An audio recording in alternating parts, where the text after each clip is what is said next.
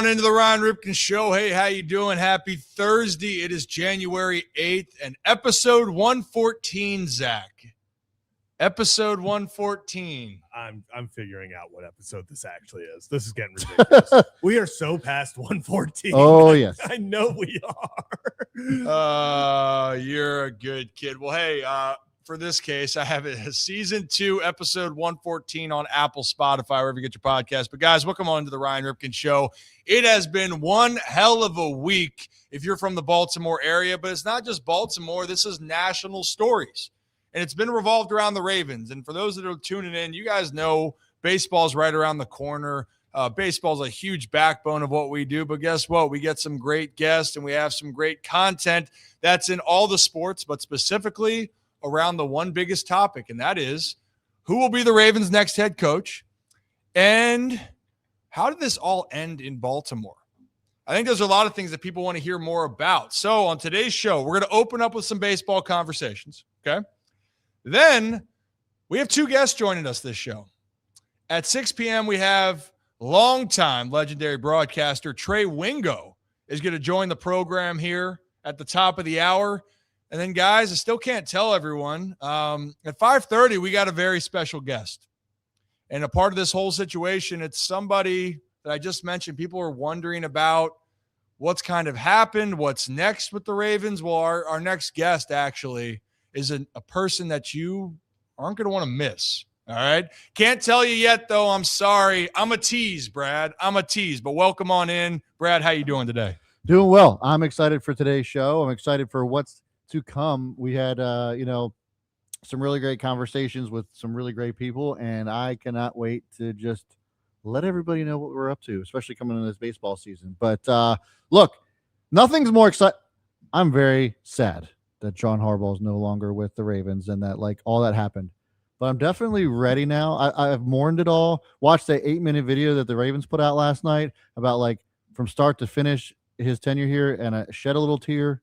But now I'm like, hey, this is kind of getting exciting now about who's going to be the next head coach for the Baltimore Ravens, and then also who's going to be underneath that said head coach. I mean, we've seen some other guys now get fired. We saw Mike McDaniel get fired today as well. I just can't help but think that would be a sick offensive coordinator to have here in Baltimore with Lamar Jackson and Derrick Henry and all the boys. There's a lot of excitement and buzz as a Ravens fan that I'm certainly excited for. I mean, look, it's a new era in Baltimore. Hell, it's been a new era for Baltimore sports this year. Yeah. It truly. And also, by the way, it's a new era, but with 2 teams in that regard that are supposed to be good this year, going into their next respective seasons, right? The Ravens are hiring someone that they still expect them to contend and get them over the hump.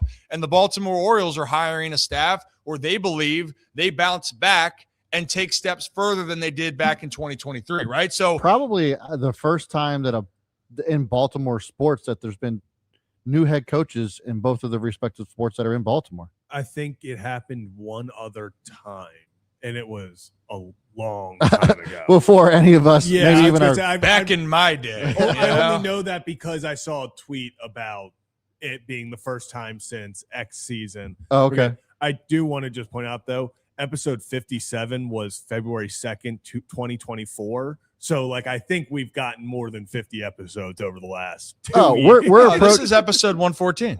We're approaching 1,000 live streams. We're at 557 live. Bro, streams. we have 4,500 videos on the channel. I don't know, Jim. I don't know. That's what Tony Romo No, we would do say. have 4,500 videos. I don't know, Jim. It's kind of close. I think it's 557 live streams. So there you go. I think it's 114, but we'll see. We'll see out there, I don't know, Jim. All right. Well, you know what I do know is we have a jam-packed show, and we got a lot to talk about here right now here on the Ryan Ripken Show. So if you are new to the channel, hit that like and subscribe button. We are live right now. Starting next week, a little PSA. We are moving the live show from 3 to 5. We're getting rid of the 5 to 7. Why? It's me. Hi, I'm the problem, Zach. It's me. Who sang it better? Me or do you know who sang it? Okay. Yeah. It was No, T it's Sweezy. It's Taylor Swift. 0 for 1. Yeah. Don't that act was, like no, I'm not gonna lie. That one I felt like a trick because I was like, okay, what 2000s rapper is gonna say that? And I just was not even in the remote vicinity of saying Taylor Swift. People are liking the coiffed hair today. Feathered and lethal. You know, feathered and lethal today. I don't know. It makes me look like I got more up there, which, you know, there's actually more in the back than there is in the front. So the Superman curl for me is out of control. Yeah, okay, we get it. You have nice hair. Okay, yeah, it is. You know what? I'm proud of you. I'm happy for you. I'm not jealous in any way. It's got its own vibe. It does have its own vibe. So anyway, we're gonna dive right into this. Okay, but 3 to 5 is where our show time will be live starting next week. But you guys can still listen on Apple, Spotify, wherever you get your podcast, and obviously, you guys can listen on X, Facebook, YouTube. That'll go back and be watch. indefinitely too, by the way. From now until forever, 3 to 5 is where we have finally settled on for the show. Guess you could say live till 5. Hey, There you go. Write that I down. like that. Write that down. All right. Good. Why don't we write this down? Baseball talk. Fellas, we are just over a month away from spring training kicking off. Like that is bananas. So right now, look how many guys are still out there in free agency. I mean, there are some huge heavy hitters right now. And that's where I'm going to start with topic number 1. Guys, we know Kyle Tucker has been a hot name. It's been thrown around with the Dodgers. It's been thrown around that the Blue Jays are the favorites. Well, then people kind of forgot about Mr. Bo Bichette. Where does he fit into the equation? And guys, there was reports out there right now, Zach, that Bo Bichette, unlikely to go back to Toronto, but he's meeting with the Philadelphia Phillies in the next upcoming days. That's according to Matt Gelb. I got to tell you, man. That's scary. Bo Bichette in Philly? That's scary. I like it. I like it for Philly, for sure. I like it a lot. And you know, in the AL East, if you're an American League, you got a fan of a team, the Orioles, the Yankees, the Blue Jays, Red Sox, whatever it could be. Blue Jays fans look away, but they're spending money. So you know what? They'll be sad. If they They'll get be fine. Tucker, they can't be upset about Bo. It's either No. or. You know, You one or can't the get other. everything. Okay. Can't get your cake and have your cake and eat it too. I will say, you know, looking at just their depth chart right now, assume Bo slides into the second base slot, taking Bryson Stott out of there. Bryson Stott, former top prospect, kind of been disappointing in his major league career so far. But like I talked about it before where I wasn't sure where the Phillies were in midst of their championship window, because it feels like that window is starting to creep closed a little bit. But you get Kyle Schwarber back this year. Yep. You know, you sign him 5 years. Then all of a sudden, if you go out and you get a Bo Bichette to add to a lineup with Bryce Harper, Trey Turner, obviously Alex Boehm, up and down, don't ask Philly fans about him. Brandon Marsh is a solid guy. We'll see what happens with Rio Muto if he comes back, what they'll do with the catching situation. But that lineup, you know, added on to Christopher Sanchez, Jesus Luzardo, Aaron Nola, Andrew Painter, Zach Wheeler, like they've got it might not be a window of 5 years because definitely some age there. But the Phillies, if they get Bo Bichette, that lineup is up there with every team in the rest of Major League Baseball. It's a scary team. No, I mean, look, the Phillies that I want people to talk about. You know what? I can't zoom out. Can I zoom out here? Can I zoom out on myself? Here, what's coming? You know what? It didn't work out as well as I hoped. But No. You know what? You can put it back, Brad. Bam. Oh, jeez. Oh, hey, how'd that happen? I don't know if I like that. Get back in there. No, I mean like the screen. Okay, get back. So anyway, back to baseball here. Yeah, come here. So Bo Bichette, and the Phillies. Look, Philadelphia, for all the things that have been going on throughout baseball, I think people aren't really talking about Philly, and they are still primed with the group that they have to make another run. And yes, they are a little bit older, but Kyle Schwarber did go back there. That's a huge deal. Bryce Harper, I'm buying the Bryce Harper, pissed off Bryce Harper. He's wearing the shirts during the offseason. I believe in Trey Turner, and their pitching staff is still very, very solid. You get Bo Bichette in that lineup, to me, you're talking about a team that's trying to challenge the Dodgers out in the National League. I think they'd be right there. I do, because I think the Philadelphia Phillies can win right now. And Bo Bichette is a guy that they're not investing with just for the next couple of years. This is a guy that's going to be invested with his age moving forward. So it makes a lot of sense. I still think an American League team, if the Yankees got to figure out something, and I know that there's reports out there that the Yankees, if they can't get Bellinger, would they pivot to Bichette? But it really does feel like Toronto isn't going to bring him back, which, as a baseball fan, I loved the Bichette-Guerrero Jr. relationship. I love that for the game and for fans.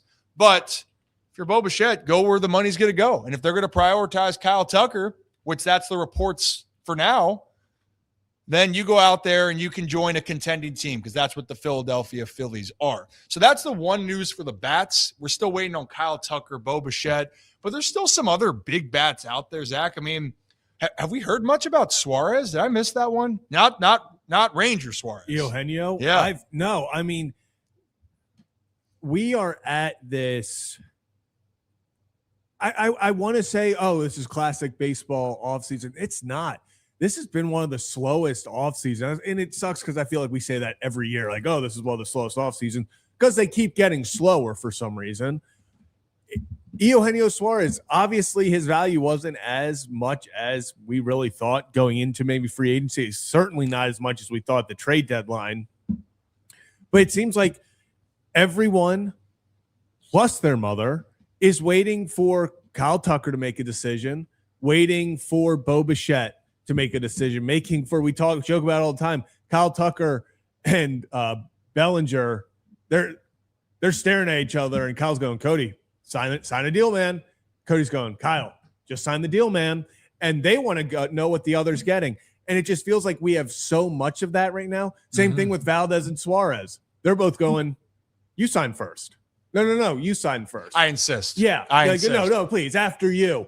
And now we're just in this stalemate of, okay, somebody's got to sign. And Ryan, we've talked about before, I'm intrigued to see if this goes on for another week or so of guys not signing.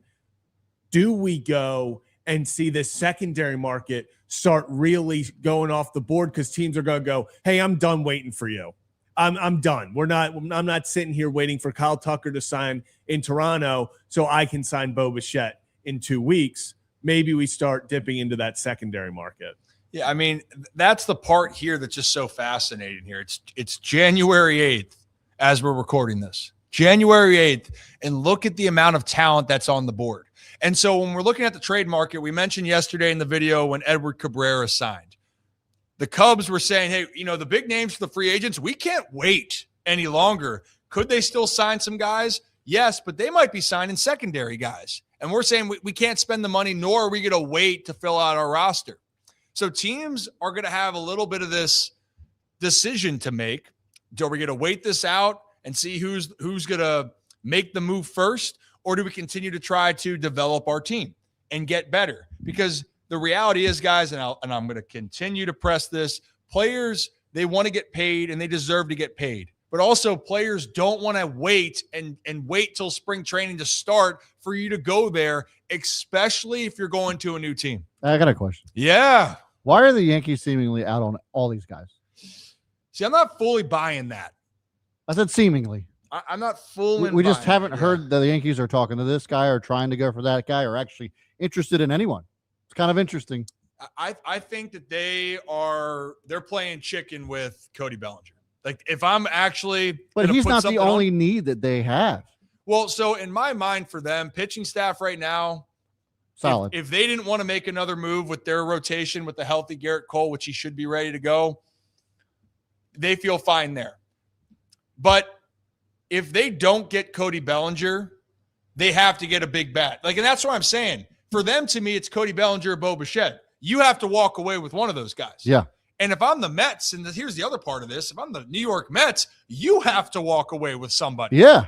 And I think that the Mets, Framber, apparently the only two connections with Framber that we're hearing is the Mets and the Orioles. But again, there's always a sleeper team that no one's talking about, always. But for the Mets, you need more help. You just traded away your best RBI guy on your team in Pete Alonso. So, or not traded. You let him walk. Your closer left. Your setup man that you traded for is gone, and now in Baltimore. Thank you very much. They need to make some moves. But if I'm the Yankees, yeah, I think Zach, Cody Bellinger, and Scott Boras, and things that I'm hearing in the rumbling, they want to maximize the deal, and they think that Cody's value is just as good, if not better, than Kyle Tucker, which I'm not agreeing with that. But that's what they want. They want it to be comparable. Yeah, which talk about good for Cody Bellinger. Yeah. To have confidence in yourself. When I first saw that he was looking for 12 years, 400, and obviously I think that's definitely changed by now. That was a very big, high expectations going into the offseason. But, I mean, former MVP, it's there, obviously. If I'm Cody, I don't know why you don't, stay in New York, because, like, that short porch is really nice for a left-handed hitter. Your stats look really good. I don't know if he's Tucker. I just personally, I don't know if he's Tucker. Bichette to the Yankees would upset me the most, I think, because I think that's just such a good bat to get on base in front of Aaron Judge. You put Judge at the 3, Bichette at the 2. Maybe you lead off Bichette, have Judge at the 2. But Bichette is one of the best pure hitters in the game. Like that's no ands, ifs, or buts. Let's not sugarcoat this. Yeah. Bo Bichette is one of the best pure hitters and you can't in baseball. protect, like, Aaron Judge sitting behind him. You got to pitch to Bo. And we know Bo. I mean, look at Game 7. If they win that game, his 3-run homer is everywhere. I mean, he's got pop. You make a mistake to him, he's gonna make you pay for it. Bo Bichette, I think, impacts their lineup. Now they'd have to probably trade Volpe or Jazz, figure something out there. But I would be very upset as a fellow AL Easter if the Yankees got Bo Bichette, because that's a talented player. Yeah, Bo Bichette to me, if I'm New York once again, if you're trying to make a choice between Bo and Belly, that's your priority. If you're talking about hitter, give me Bo Bichette. If you're talking about all around for what your team might need, then get Bellinger. But regardless, for the Yankees, you got to get one of those guys. You have to. And if you don't, then I have a little bit of a different feeling. The Yankees right now, still, guys, are like the betting favorites in the AL East. Believe it or not, they still are the favorites by a lot of people there. Yeah. But they need to make a big bat move, and I think people expect it. But there's a lot of moves that still need to happen here. And, like, those are the bats, and we're going to see that go. But when the heck are some of these pitchers going to go? And we've talked the longest time about Framber Valdez and Ranger Suarez. But what about Zach Gallen? That's a name where he had a rough year last year, so his value has dropped. Talented pitcher.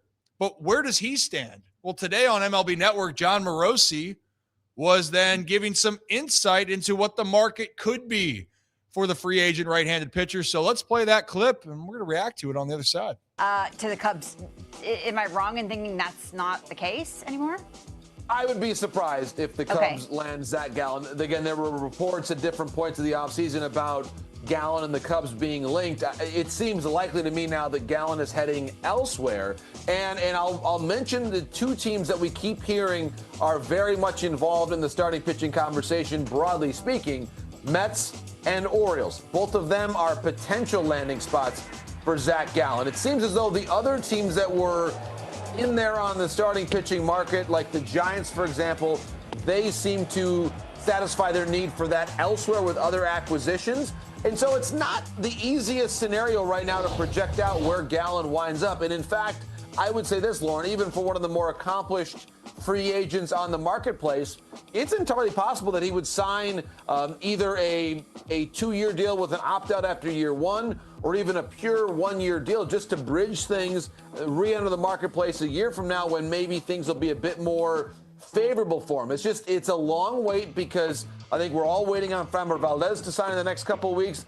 Ranger Suarez probably follows him, and then Gallen after him. And then one thing I'm sure we'll talk about in the days ahead too, still the potential of some starting pitching trades like Freddie Peralta is further clouding the outlook for Zach Gallen. So here we are on the 8th of January, Lauren. We might still be talking about a lot of free agents on the 8th of February at the rate we are going. And it's been slow. Oh, yeah. And I mean, it is slow. But how about that? So Gallen, is another name that, look, I think the Orioles, if the Orioles are linked to every pitcher, I don't think anyone's going to complain about that. I think you do your homework. But if Gallen had a better year last year, guys, you could argue he'd probably be the second pitcher signed. If Dylan Cease got signed this early, then Zach Gallen would probably have been in that similar camp. But there's some questions. That's the biggest part. There's some questions there. And the two priorities still are going to be Framber and Ranger. But I think Zach is one of those guys that from a value standpoint, he could be the deal of the offseason. And why I bring that up is that he could elevate his game back to what you saw in previous years. Like that's the part here. Because what have I said all the time here, Zach and Brad? When it comes to free agency, it is great and it feels good. You puff out your chest when your team gets the big player. And sometimes it can turn out to be like the Max Fried that signs for over $200 million. And you go, damn, look, he went out and he balled. That's it. Yep. Or in this case, and I hate it for Corbin Burns, Corbin signs that big deal. And within the first few months of the season or halfway through, he's out for the year. And that's a big contract that you're waiting for him to get back. Injuries are a part of it. But then also, Nick Pivetta signed. Well, who the hell cares that Nick Pivetta signed last year? The Padres did.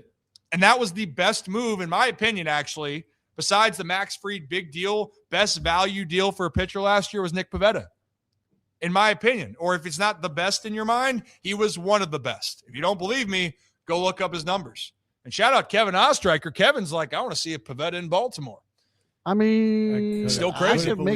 I know that Oriole fans are not going to like this, but I also think that the Trevor Rogers deal in general, great value for what he's given it, especially if he does it again this year. If Trevor Rogers does what he did last year, Trevor Rogers is going to win the Cy Young. Yeah. What do you got, Zach? Just wanted to talk Zach Gallen a little bit more. We talked about, definitely a down year for him. I mean, you look at it and that 4.83 ERA slaps you in the face. Like there's no getting around that. That is not Zach Gallen, especially when the previous years he was 3.65, 3.47 in the ERA column. But I want to take it back just to August 1st plus last year. August 1st through the end of the season, Zach Gallen started 11 games. He had a 3.32 ERA across, let me see if I can, where his innings are. It's not going to tell me right here. But across, 65 innings. So 11 starts, 65 innings. That's about, 6 innings per start. 3.32 ERA. So Zach Gallen got back to what Zach Gallen was. This wasn't like it was a atrocious season and there was no silver lining. He started to get back on track. So at least, and I think that's where his value is weird right now, because if I'm Zach Gallen, I'm going, look at August beyond. Yeah. I was back to Zach Gallen. Yeah. The beginning of the year was rough. So be it. Pitcher has a rough beginning of the year. Big whoop-de-doo. Well, he's an innings eater too, like Dino is and everything else. Yeah, I mean, at the end of the day here, this is where the free agency signings, when you look at everything, you're going to have to either sell yourself to go, hey, you know what, I'm bought in on this guy. I've done my homework. You could be dead right. You could be dead wrong. But you got to be, if you're bullish on him, you take that risk, right? And for Zach Gallen, like that's what it's going to have to take for him to sign. It's going to be, what are you willing to risk? And what team's going to be willing to risk it on you? And that's going to be the decision maker here. And that's why I go back to last year. I'll mention it again. Nick Pivetta was the best acquisition. Yeah. Is he a better pitcher than Corbin Burns? No, Corbin Burns got that money because that dude can pitch. He's a Cy Young candidate every single year, but he got hurt. So the value last year was a guy that made $55 million over 4 years. Corbin got what, $210 million? Yeah. And Nick Pivetta was top 5, Zach, for Cy Young last year. Yep. I mean, dude, I think that's just the Gavin Sheets effect out there. I like to think about Marylanders. You play with Marylanders, you get better stats. I don't know. I love Gav. By the way, Gavin's saying, "Oh, we should hang out more." I'm like, "Hey, dude, well then come on down." I was gonna say it's open invitation. It's been 2 years. We get it, dude. You play for the Padres now. That's fine. Just kidding. Friend of the show. Known him since he was born. It's a lot like Nick Moore. Yeah. Inviting him down and he just never shows. Yeah. Well, I was gonna say with Nick. Well, Nick Moore, hopefully, you know what? He's been in hiding more too. And I got to be sensitive because our next guest, maybe I got to ask him about the Bulldogs too. Because that's one thing. If you want Nick to not shut up, then get him going on the Georgia SEC Bulldogs there. in general. Yeah, but if you're new to the channel, hit that like and subscribe button. And Todd, if you're good, just give me a thumbs up behind. If you're ready to rock and roll, perfect. Well, maybe we'll start that off. But ladies and gentlemen, join us now here on the Ryan Ripken Show. You've seen him for the last few years in Baltimore. One of the best offensive minds in the game of football. Let's bring on Todd Monken. Todd, how you doing? I'm outstanding. How are you guys? I'm good. I don't mean to bring up a sensitive subject to start here, but so you have obviously been well acquainted with Nick Moore. Nick's one of our good friends, Georgia Bulldog there. He wants to tell me that Georgia's never going to lose, and then I got to give him a hard time when it doesn't go right. How are you? I mean, those offenses when you were there were humming. But I got to say, it was college football has changed quite a bit since you left. Well, first off, to say that anybody's never going to lose is really sticking your neck out there. I mean, it has changed. I mean, it had just started when I was there before the NIL era. Back then, we thought giving somebody $20,000 a month was a lot. We were like, holy shit, $20,000. I mean, we thought that was a lot. And that was just the start of where they're at today. And it's going to be harder than ever to not maybe to build a roster, but to keep depth and develop because you can't afford everybody. It's going to turn into the NFL where I don't know what jobs are best anymore. I really don't. All of the things that were really important when a prospect chose a school are still important, just not as important. Tradition important? Yes, maybe not as much. Academics? Yes, maybe not as much. All those things just probably aren't nearly as important. And roster construction is certainly at a premium now, and I don't envy the position they're in. I don't either. I mean, it's so weird too, Coach, of seeing when guys say now, I think I saw the Trojans, it said, we have re-signed, so-and-so. I'm like, re-signed? Like, damn, like it is the pros there now. And it's a different business. I'm glad players are getting paid, but it's the wild, wild west. And it's even now becoming more and more of a business in college athletics than ever before. Even the transfer thing, I'm a baseball guy, Todd. So, I grew up in the baseball family, all of that.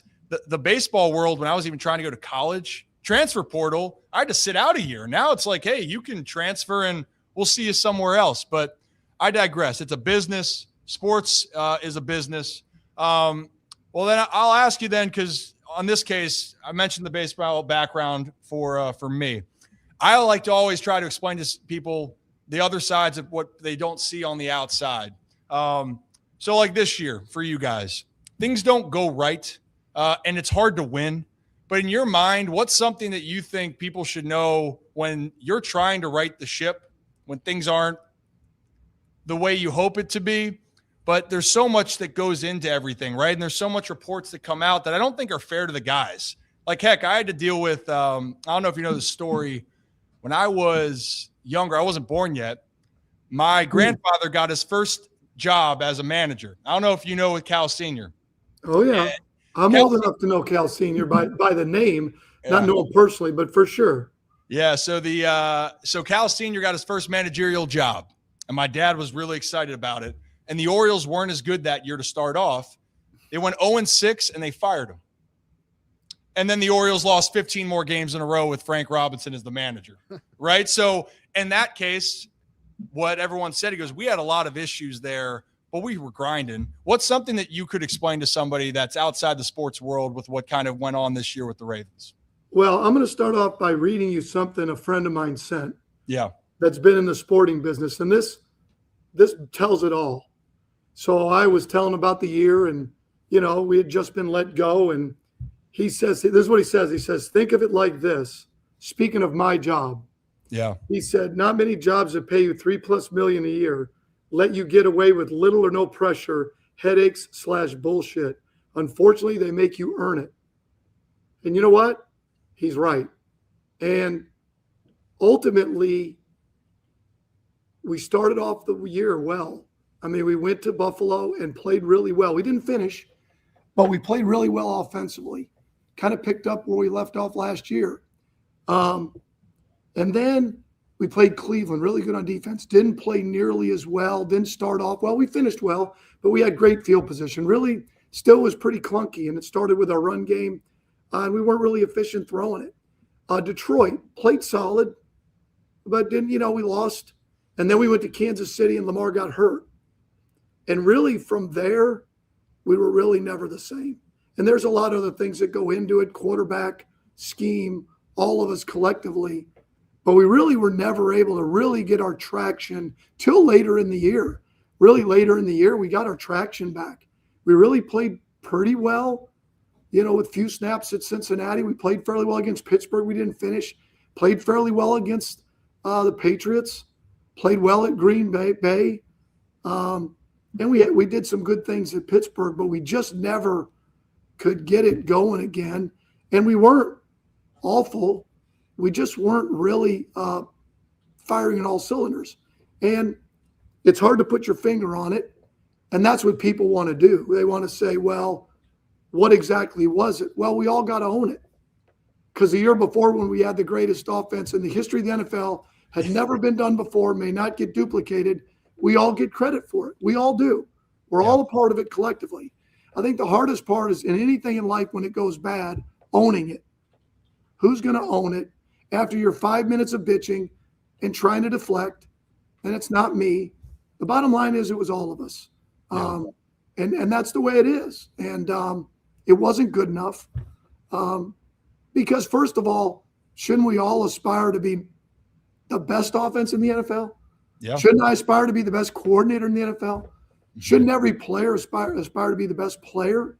And when that doesn't get done, it's frustrating. And at the end of the day, it wasn't good enough. And but I can tell you this: it wasn't from a lack of, from our players in terms of the effort they gave every day, or our staff. And really, it's tough because I really believe that it was just going to be a reset. In my mind, I'll speak for me. Yeah. We really weren't that far away. It wasn't like we finished, certainly in red zone and some of the conversions, we weren't as good, but we finished 7th in points per play. Yeah. We just didn't have a ton of plays. We were big, little. We didn't stay on the field at times. We finished 1st in rushing. We were 7th in yards per play. Like, we were closer than it would appear, but it's hard after the year before because the standard set so high that even then just good was bad. And that's just the way it is. I mean, when you have a running back named King Henry, he's got to run for 1,500 yards or he's not king. You've already given him that name. And I know I'm just going on and on. Hey, keep going. Keep going. Hell, at the end of the day, guys, it was a great 3-year run. Yeah. I have no complaints. Yeah. I left Georgia, an unbelievable place where they're going to win. And if I knew the way it would turn out now, 3 years later, an MVP year, should have been a second MVP year, and this year, which was frustrating, and we didn't get a Super Bowl, I would do it again.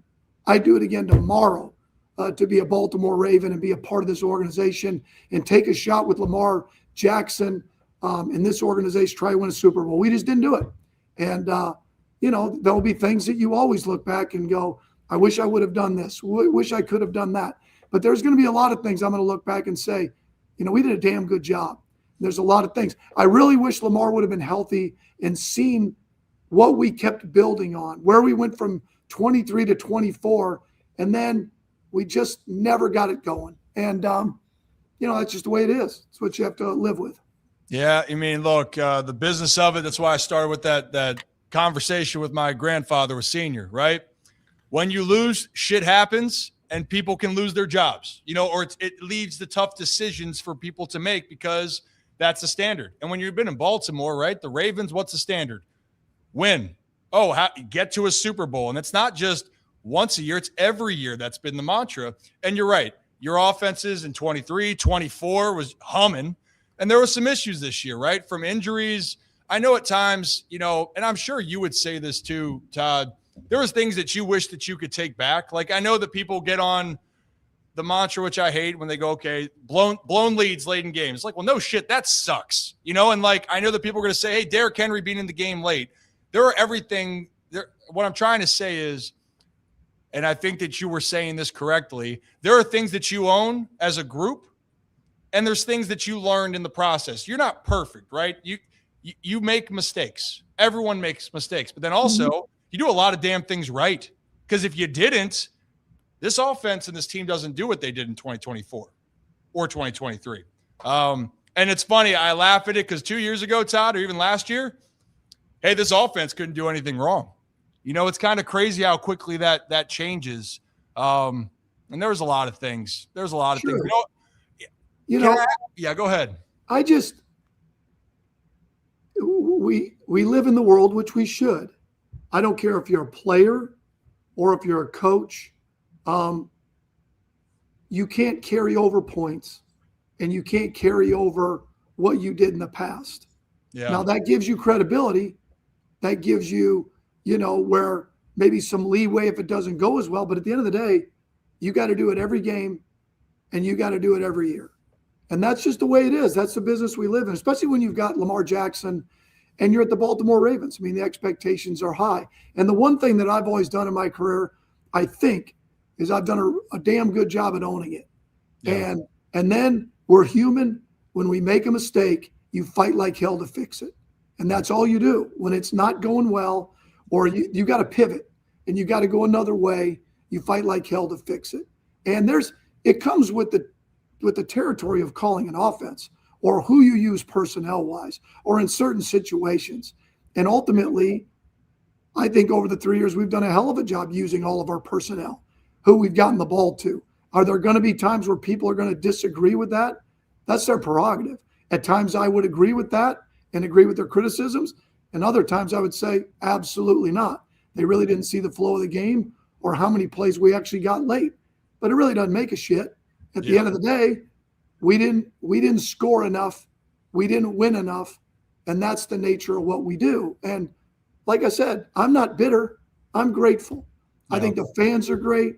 I think we had great players that really embraced what we tried to do. And like I said, on to the next challenge. And I wish the Ravens, I'm sitting in my office, for God's sakes. I've been working on football all day. So I love it here. I love the people here. And I wish them nothing but the best, and Lamar. Yeah. Well, I mean, this is the thing that I try to explain to people, right? Sports the emotions of it, especially like from a fan's perspective and from a player's perspective. When I tell people when teams lose, or when I was playing too, believe me, no one's more pissed off than I am in the building or doing something, right? Because your hands are on it. And when you lose, you're a competitor. You don't like it. And then on the outside, fans, all they want is a winner. And everything's equally right to be frustrated, the criticisms. And I laugh too at times when people have been on about the Derrick Henry usage. You've came out and said, hey, we're not making that mistake twice. He's going back in there. I think the quote exactly that I saw, you go, he got tired. He came off the field in New England. He ain't coming off the field tonight in Green Bay. And that dude ran the ball well all year. Yeah. He's a beast. Yeah. He's awesome. Todd, can I ask you a question about how do you keep the outside noise and shit out? Because one thing I hate when things are going wrong is everyone wants to tear down, it seems like, each other, right? So all we're hearing inside, there's tensions, there's issues, players and the coaches and the players, and specifically like saying with Lamar, how do you deal with all of that in general? And do you have any thoughts on all that, of everyone that continues to try to push these narratives out there throughout the season?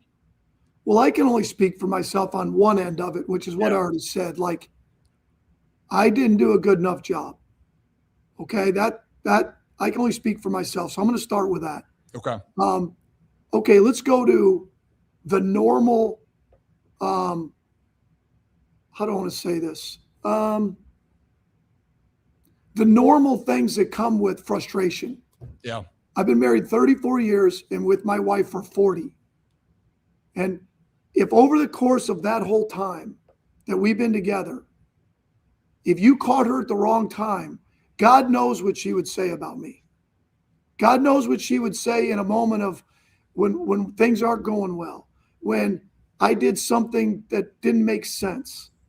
And that's human nature. Yeah. Like, there's things we probably say up here in the coaches' offices about the players that we wouldn't want them to hear. I don't go to the media with that.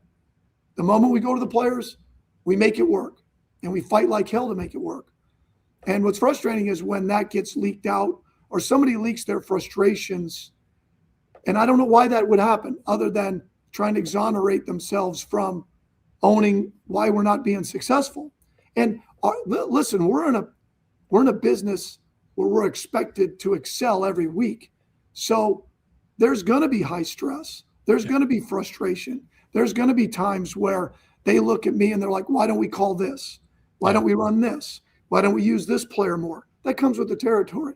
I mean, that's no shit, and like, I get it. I'm not mad at anybody, but the media acts like that's something that's like, ooh, the players are frustrated with the play calling. Well, no shit. My wife is. I mean, so I don't even understand it. Like they act like it's something that, or this skill player wants the ball more. Well, no shit. They want to run the ball more. Well, no shit. Okay, you're running it more. We're too conservative. It's play to play, drive to drive. It's, hey, he's in his bag. The next one, he's too trick dicky. I mean, it is what it is, but they act like it's a big deal. Sorry if you got to bleep that out. Sorry, but you could say whatever. You could say whatever the fuck you want, honestly, if you want. So, but I'm just saying that what's interesting is we make this out to be like we're in the business of being critiqued. I don't like it. Everybody loves to be told they're doing a great job. Everybody loves to hear the good things. But we're not paid to always hear. The position we're in says you got to take the good with the bad. And at the end of the day, it's just noise, and the problem is the world we live in is what we try to talk to our players about all the time is the world of social media. You guys have to be careful because it's real easy to want to listen and believe to what someone says that fits a narrative. And it's easy to not believe the other side of it. Like it's everything in life, politics, religion, what side, the right or the left, sports. You just have to be careful of like, who do you really believe and trust? And that's what I tell the guys. Guys, we've been here 2 years together. We're on our third year. Yeah. Do you not believe in what we do? Do you not believe that, we do some good shit around here? Like that we got good players, we got good coaches, but it's real easy. And we're not the only place. Yeah. We only feel it because it's here. Every team goes through it. The Eagles go through it. Everybody goes through it week to week. And all you can do is fight to get better. And when you screw shit up, you fight like hell to fix it. And that's all I've ever done. Yeah. You know what? This is why I love having you on today in general, just because one, you shoot the shit straight and you're allowed to say shit. You can say fuck if you want. And the other part in general, right? Like this is the side that I'm talking about. When you're in a locker room and when you're with a group, when things go well, it's so easy, right? Mm-hmm. It's easy when things go well because everyone's telling you how great you are. Everyone's happy and no one really can complain when you're winning. It's when things don't go right. And then people think that you're getting outside pressure. And like, that's the other thing, Todd. I'm sitting here, and even yesterday, I'm seeing like Schefter reported, or Ian Rappaport reported one thing of saying, oh, well, there was just the players lost it. And then Schefter is saying that's not a true statement about the players in the locker room and all of that. And I remember I talked to Charlie Kohler a couple days ago, and I felt bad, Todd, because he was coming on the show right after the news dropped. And I even we were texting Charlie. I'm like, dude, you don't have to come on. But he did preface and go, I'm a man of my word. He goes, but I want to note, I wasn't coming on to talk about the firing. He just was coming on to talk. And I told him, just like you watch that game in Pittsburgh, when people say an effort level, you guys fought like hell to the end. Luke makes this kick. You're playing Houston on Monday night here. Like that's, and it's not down to one play, right? And like, that's the part that it's not down to one play. There was a lot of shit all year long, but to the point right there, here's two big reporters out there, Rappaport and Schefter. Even after all this, it's a still story of, well, the Ravens had all this all these issues. I thought the marriage part was interesting that you mentioned. But like, that's what I'm talking about. Like, you guys dealt with that, I felt like, all year long when the losses started to add up. Well, again, I think the world we live in, well, I'll just say this, and I'll get on to the locker room thing, but I'm going to start with this. Yeah. When I was, give it 10 or 15 years ago, when I would take the podium and people would ask me as a coordinator of the next opponent, normally you would get questions about their defensive coordinator, their D-line, their scheme, their whatever. We don't live in that world anymore. Nobody gives a shit about that anymore. They want to hear about what is either elite or what's effed up. And it's what pops up for clicks. So everybody likes a good, crazy story. Something's wrong, something's right, whatever that is. I don't blame that. I'm just saying that in any given year, there's going to be issues in a locker room. There's going to be issues that go on. But our guys played their ass off against Green Bay, not knowing what would happen the next day. Yeah. I don't buy that. I can't speak to the defense. I can speak to the offense, that we came out and ready to freaking roll. And then we went to Pittsburgh and we tried to play conservative to start to get it to the fourth quarter, because when we've gone over there before and we've turned it over, we've given ourselves no freaking chance. Yeah. So then let's open it up a little bit. We get in the game. Let's get it to the fourth quarter. Let's try and win it down the stretch. That was the plan. Mm-hmm. Pretty much we stuck to that.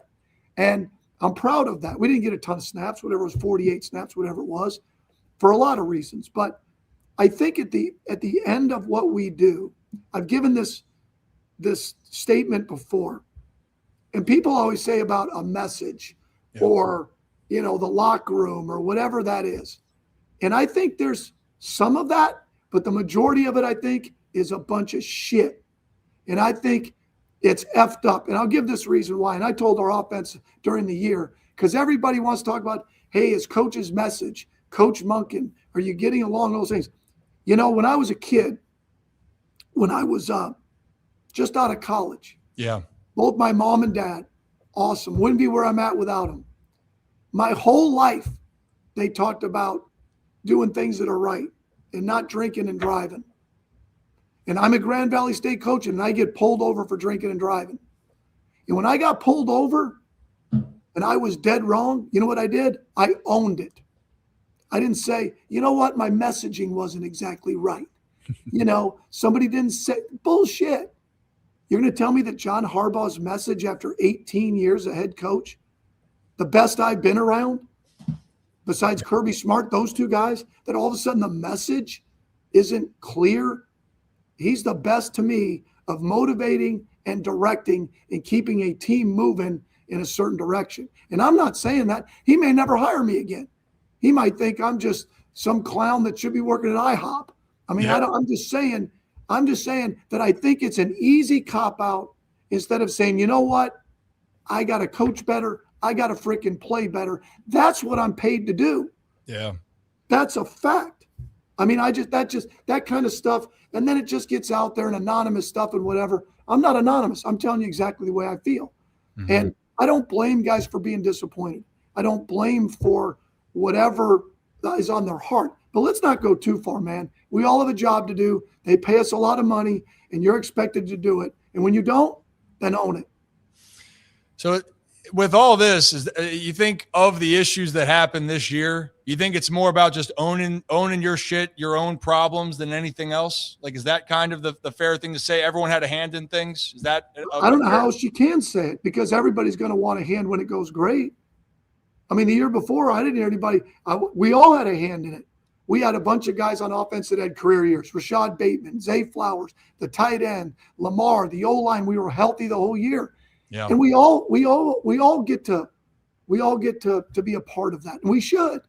Yeah. But as I always tell the coaches, just like I would tell the players, you can't get all the credit when we do well and just exonerate yourself from the blame when it doesn't go that way. That is so ridiculously like out there that I can't even live in that world. I can't live in that world. I haven't gotten to where I'm at living in that world. I haven't. You know what? I didn't coach Lamar well enough. I didn't have as good a relationship as I could have. I didn't do the things that we needed this year to win enough games to give ourselves a chance. And I believe that. I'm not just saying that because I'm on your show, and I'm going to fight like hell to fix it. I'm going to fight like hell for the next job I get, and I'm going to root like hell for the Ravens. Todd, it was funny. Not funny, not the conversation here. The thing is, I've heard all of this about you because people said you would love to meet Todd, Ryan. I said, yeah, it sounds like my type of guy that's just going to shoot it straight and we're going to talk about it. And I think I actually meant to come say hello to you one time and introduce myself. Were you at Preakness last year? Did I see you correctly? I was. I love horse racing. I'm bummed. I'm as bummed about losing this job as the Preakness perks I got. Now I don't know what the shit. I'm gonna have to pay full price now. It's bullshit.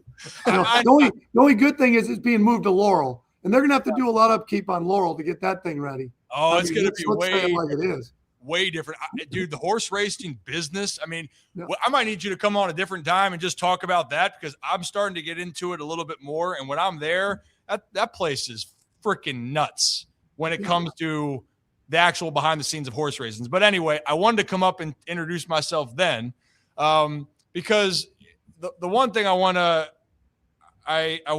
to give you the props with this. I appreciate how honest you are. I also appreciate that you're not afraid to say that you didn't do things right. And I do think that's a hard thing for people to admit out loud. You right there just saying about Lamar, just in that specific thing. You're going, you know what? I could have coached better. I could have had a better relationship.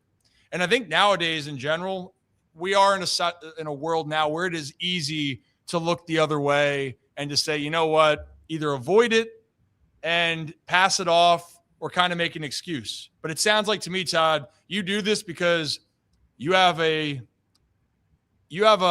want to say like a credo or a mantra I can tell. Own your shit, put your best foot forward, right? Own your shit, put your best foot forward. And, dude, I've loved you being here. For all these reasons, I don't want you to go. I don't like to see Harbaugh go. I mean, I grew up with Harbs up in this area, he's been great to me growing up, and that's a hard thing. I mean, we're talking about reports. People are saying, I don't know if you and Harbs are going to work together again, but everyone's saying that's the reason why Harbs isn't the coach anymore, is that the relationship with you two or that him defending you. It sounds like well, I don't know why people – first of all, I have no idea. I'm not privy to that. All I know is this. Yeah. Why it's just not – why can't people just say we didn't get it done? I know that in any situation people want to know exactly why. Yeah. Why didn't this relationship work? Why did this happen today? Why did this happen today? And it's rarely just one thing. Just like with us not doing as well as we did offensively, there's more than one answer. It's not one thing, or we'd have it fixed. Yeah. So my point is that there's more than just one thing. Lamar and I, to me, had a good relationship. Mm-hmm. Could it have been better? Of course.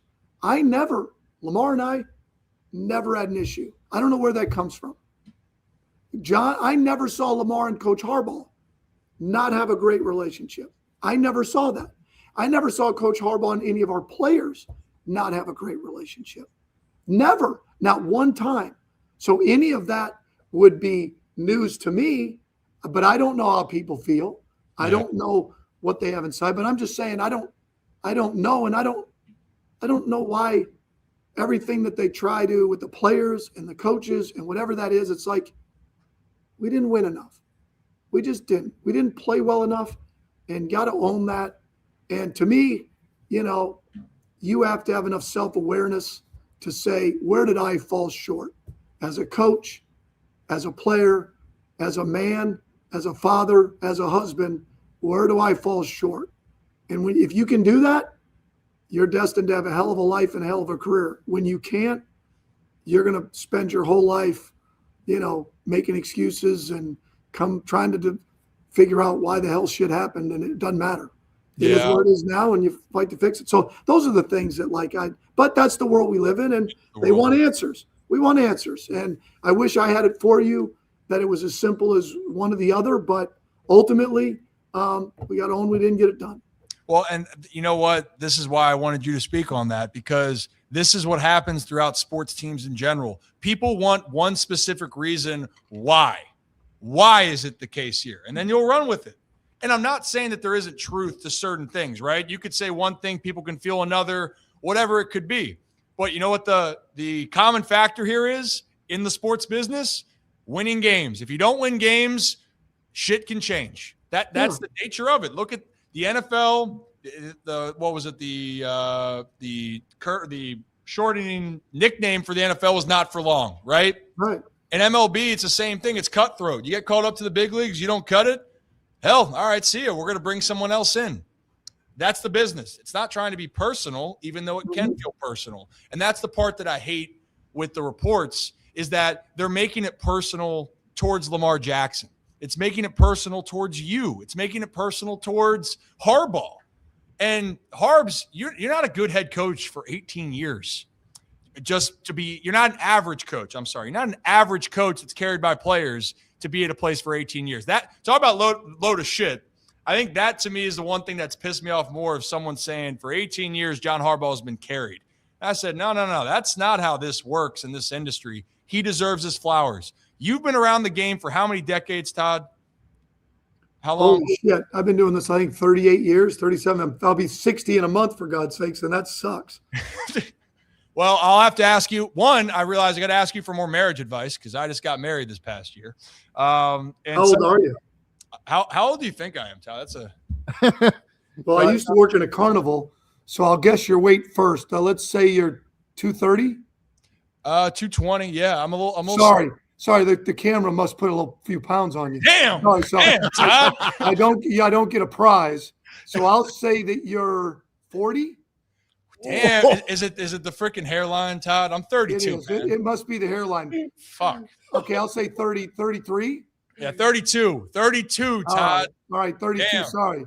Yeah, it's okay. Well, I usually go over on the guys, and I never go over on the women. You're screwed if you do that. They're always 21. I will just say this, that the hardest part of any marriage is the first 10 years and when you're young. Yeah. Much easier now. Yeah. But what are you going to do now to screw it up? Shit. Who wants to go back now? I mean, so it's hard. It's basically this curve of like really good, and then it's like, holy shit, how are we going to make it through this? And then it's like you get to a certain age, you're like, fuck, we might as well stay with it now. I mean, where are we going now? Hey, you know what? All great points. Hey, you know what? This is the thing. I think, Todd, I just love talking to you. I think as my marriage continues on, I might just shoot you like an email and just be like, hey, thoughts here now. What am I messing up this time? Yeah, it's just $300 an hour. That's all I charge. Marriage counseling. Hey, perfect. You know what? Todd Monken, Marriage Counseling 2026. Exactly. If I don't get a job, then maybe that's my calling. Marriage counseling. Dude, I think that the funny thing is that people would line up for that service. I'm telling you. Yeah. Todd Monken, Marriage Counseling. Marriage counseling. Damn, it's 4th and 1 every day. Marriage counseling, 4th and 1 every day. Let's go. Let's go. Hell yeah. I love that. You just created someone's motto. Yeah. It's 4th and 1 every day. Put that on the damn wall up here. Oh, God. Hey, but so what I was going with this, you've done this for decades. You just said the two best people you've worked with from a head coach perspective. You said Kirby Smart in Georgia, and you said John Harbaugh. For those that don't know John, and maybe you give insight, maybe it's a story, but why is John Harbaugh so special to you? Well, first of all, what makes him unique is that he's the same every day. I mean, for the most part, he's the same every day, the way he approaches coming into work. And that starts with his workout in the morning. I mean, who the hell gets up that early and comes in and works out every single day? Like, he's diligent in terms of how he works. And that's just one example. Yeah. But the way he addresses the team, the way he motivates, he combines information with the ability to motivate and inspire, and not having it be too high school Harry, if that makes sense. You don't get up there and you're rah-rah and they feel like they're in high school and you're ready to run through the wall. You're not too dry to where you have no message. But there is a unbelievable message. And our guys that have been other places, they appreciate that. Yeah. And if they go other places, they'll appreciate it later. I think like anything, there are certain stages where people appreciate, whether it's their parents or a coach or people that have been instrumental in their life. Sometimes it happens right away. Sometimes it happens in a few years. Sometimes for people that have no self-awareness, they never get it. Well, screw them. They're really not bound to be successful. But his message and his consistency and his ability to confront anything that gets in the way of winning football, be it me, be it our assistants, be it our players, is unique. And he's got a way of doing it without it being confrontational. And you still have to confront things that get in the way of winning football. And where I think sometimes people fall short is they're afraid to confront. And in any business, they're afraid of it now. And I'm just going to say this, like, I look at football and us on offense like I did for my son Travis, when he was growing up. And I was going to do anything in my power to have that young man be successful. I was going to confront anything that he did that would get in the way of him being successful. And hopefully I've tried to do that wherever I've been coaching. And I know Coach Harbs does that at the end of the day, that what shows up on tape is all of us. And you have to confront anything that gets in the way of winning. And if you don't, then what the product's going to look like is not what you want it to look. I mean, I repeat myself. It's not going to look like you want it to look. And that's at the end of the day. But you can't be afraid. But in today's day and age, you know, at times guys they don't want that. I'm like, well, what do you want? You want to win? You want to be really good? You want to be elite? Well, then you got to handle what comes with it, me included. People would say Coach Harbaugh would say stuff about the offense. Nothing he didn't say to me. He'd already told me. He'd already said, we got to do this better. We got to do this. I mean, no shit. I'm not saying no shit to him, but I'm just saying, you don't think he's not going to say it to me? Yeah, what he's saying in the media are not saying a lot. The message is going back to you, because a lot of people, though, Todd, will say, well, hey, this team, you're not closing out games. And I mean, like, that's an elephant in the room. That's also a note, like, hey, no shit, some games got away from you guys. That's been kind of an MO. But also that, and that's another narrative that people have gone with. We don't have to go down that rabbit hole where everyone's saying the blown leads and all of that. Yeah, I mean, this is the reality. This is why there's change right now, right? Because the decisions had to be made. That's hard. But I think to diminish overall for Harbaugh, just like any person and any coach, we all have our issues and flaws. We're not perfect. Bill Belichick had Tom Brady paired together. Bill Belichick's a phenomenal coach. When Tom left, Pat's had some struggles. Like, it's part of it. One team wins the Super Bowl. One team's gone to the Super Bowl, one of the teams gone to the Super Bowl in the AFC the last 8 years, and that's been the Bengals. The rest has been the Chiefs, which I guess will be somewhat different this year, right, Todd? But you're dead on. You know, it really stinks that we just can't stay with, like you were saying, John Harbaugh's a hell of a coach. Yeah. I'm damn good at what I do. You are, Todd. Like Lamar Jackson is damn good at what he does. Yes, he is. Well, let's just leave it at that. At times we fall short. We're human.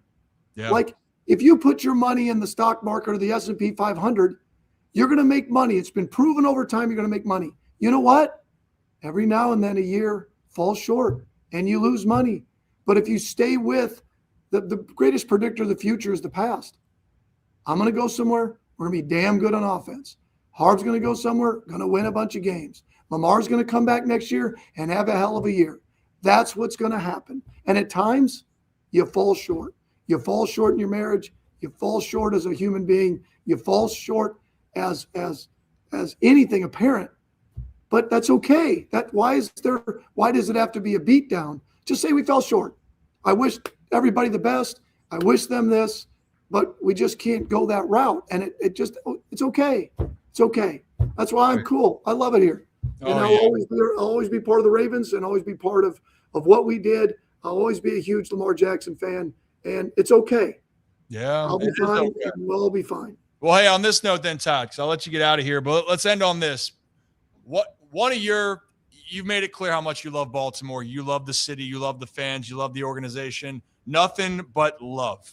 Truly, nothing but love. And I got to tell you, I think that that's reciprocated. The love here in Baltimore, you're always going to be welcome here in Baltimore, especially when Preakness gets back to the right spot.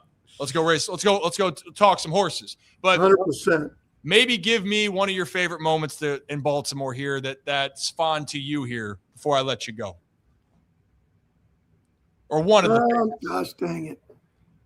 I got to think about that for a second because it's going to revolve around, obviously. I'll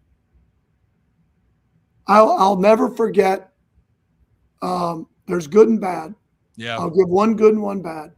The Dolphins game where my first year here, we had gone out to San Francisco and on Christmas or Christmas Eve night, whatever it was. And, they were supposed to be the team that no one could beat.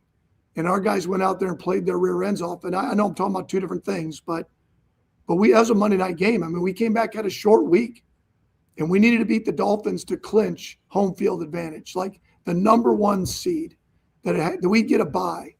And the way we played on offense and we beat them, whatever, 50 something to whatever. And it's not often you're able to come out of the box and go on the field and celebrate with your guys.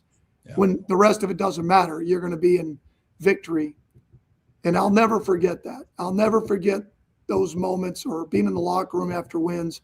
But that one right there, and then it wasn't but 4 weeks later, the frustration of the Chiefs game. And, I wish I would have called it better. Wish I would have had a better plan. Wish I would have trusted the run game better. Wish I would have put us in a better position. I'll be 60 and it'll be a part of things that I've had to, I was at Oklahoma State and we lost at Iowa State and didn't get a chance in 2011 to play for a national championship. I remember to this day, we turned it over 4 times and I didn't get it done. And I'll always remember the Chiefs game. And that will be one that, that I'll have to live with forever because you only get so many opportunities. And when you feel directly a part of why we didn't get it done, that stings. But I don't let it haunt me. I just won't ever forget it, and I try to feed off of that and say, how do we do? How do we get better and not ever happen again? But those are my 2 moments, but that's just part of it. You can have the good and the bad, but it's been great.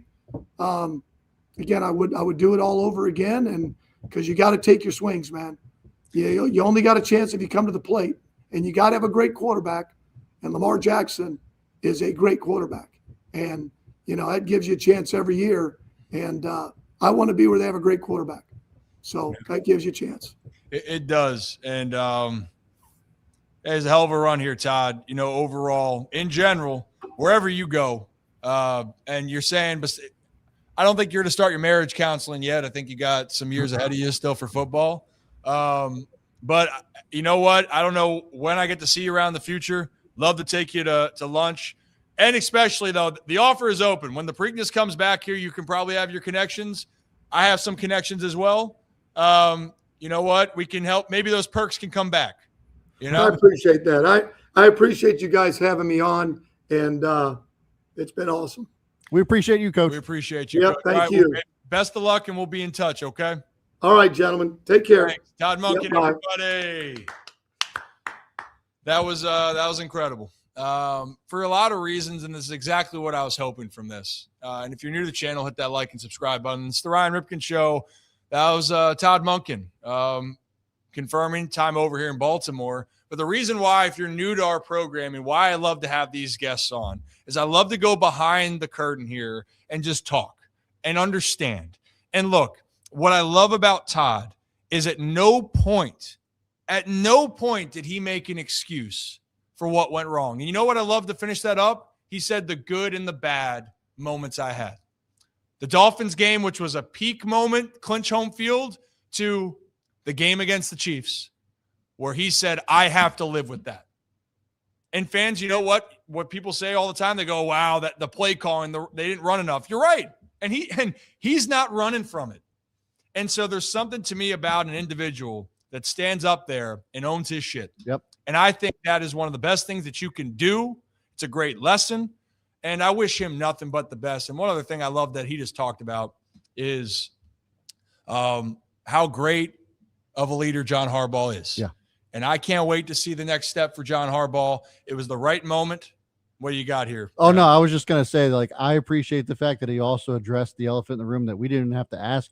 And that was just that him and Lamar had no issues, and that, like, there was no message that was misinterpreted or the message hadn't got stale in the locker room from John. Like, I thought that him squashing that was great. And I'm so appreciative that he came on with and just did that without us even having to ask about it. That was one of, if not the realest interviews we've ever had. Yeah. I mean, talk about a guy who did not mince words once.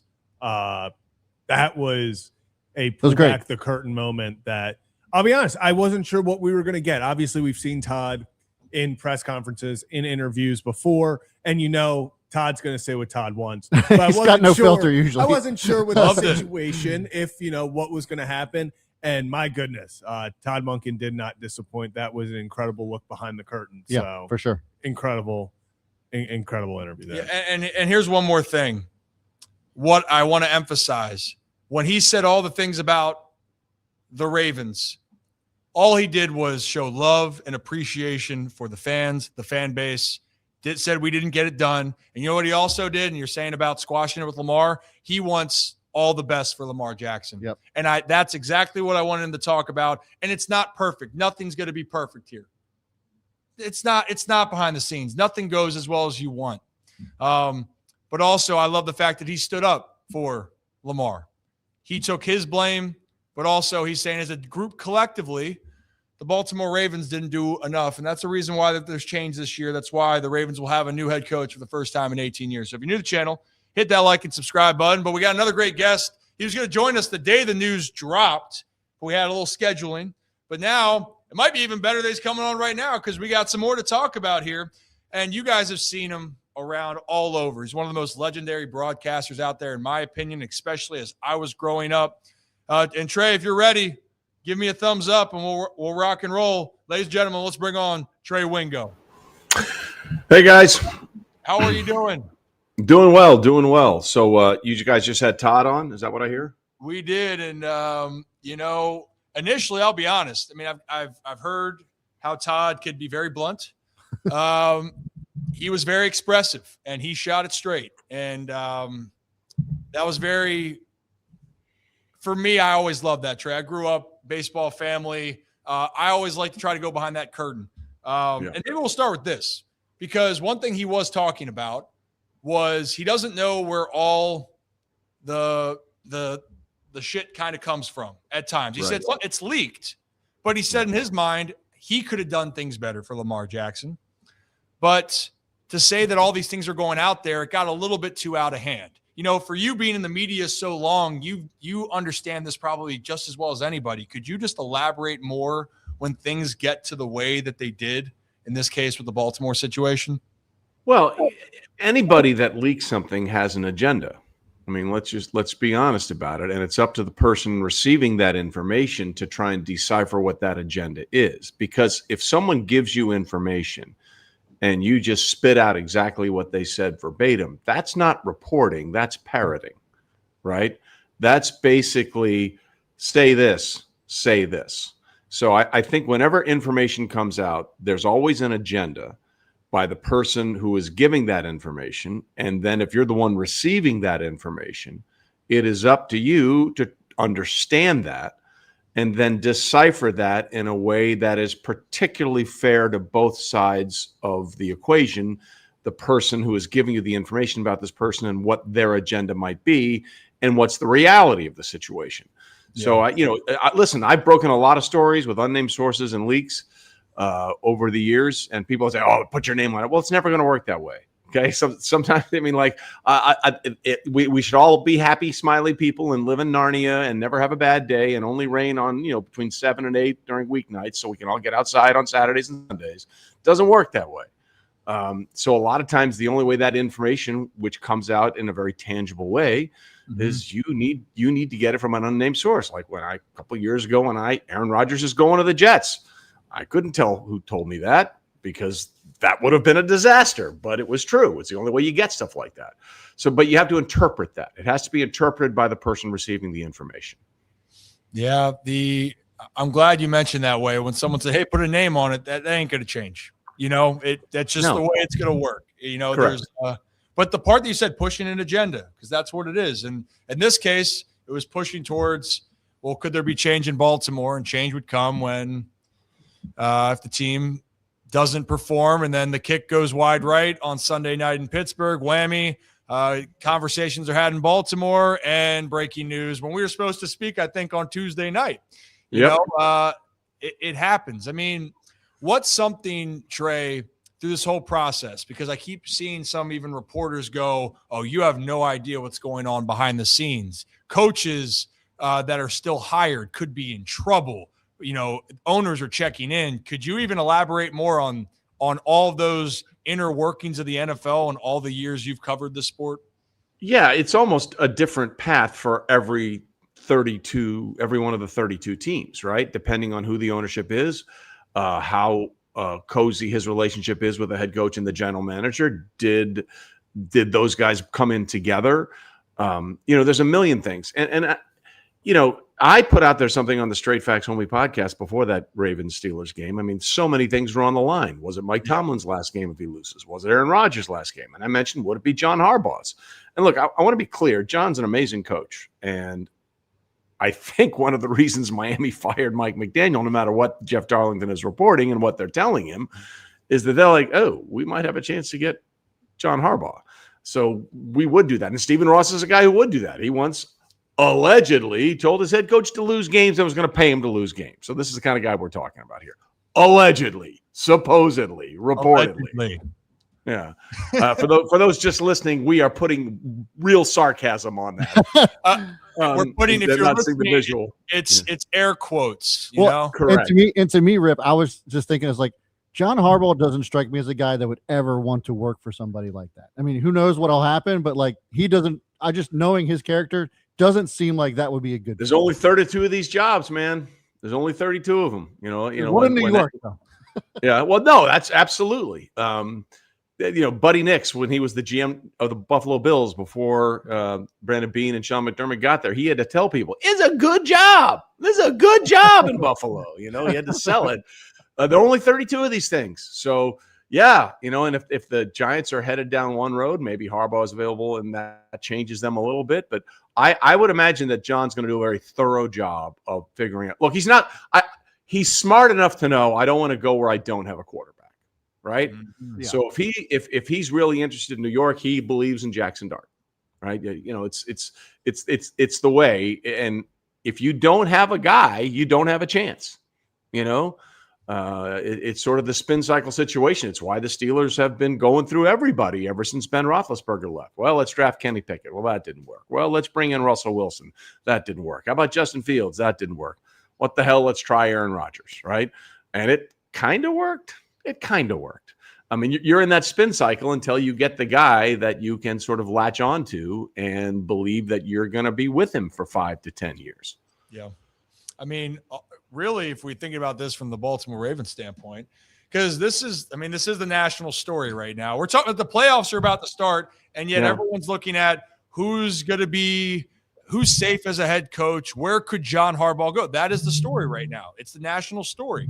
But to your point of all this, the Baltimore Ravens and winning with the quarterback, the first year John Harbaugh started his career, his 18-year run in Baltimore, Joe Flacco came to Baltimore and he became a franchise quarterback.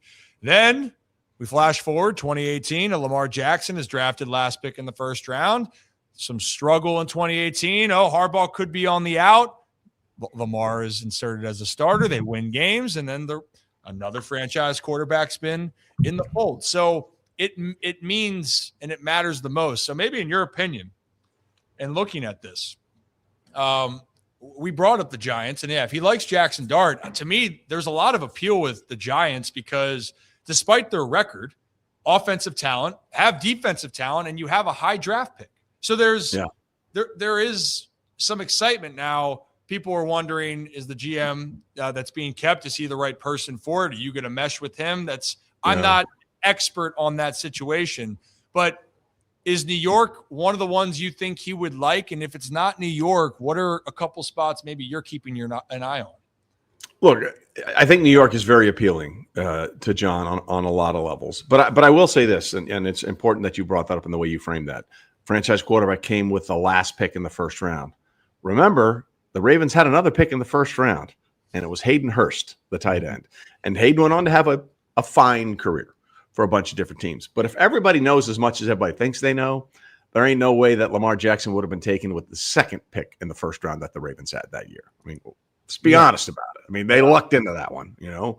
And I'm not signaling them out because they do almost a better job of drafting than anybody. It's just if you were that convinced on Lamar, you wouldn't taken Hayden Hurst first. You know, let's just be honest about it. So nobody knows anything, as Al Michaels likes to say all the time.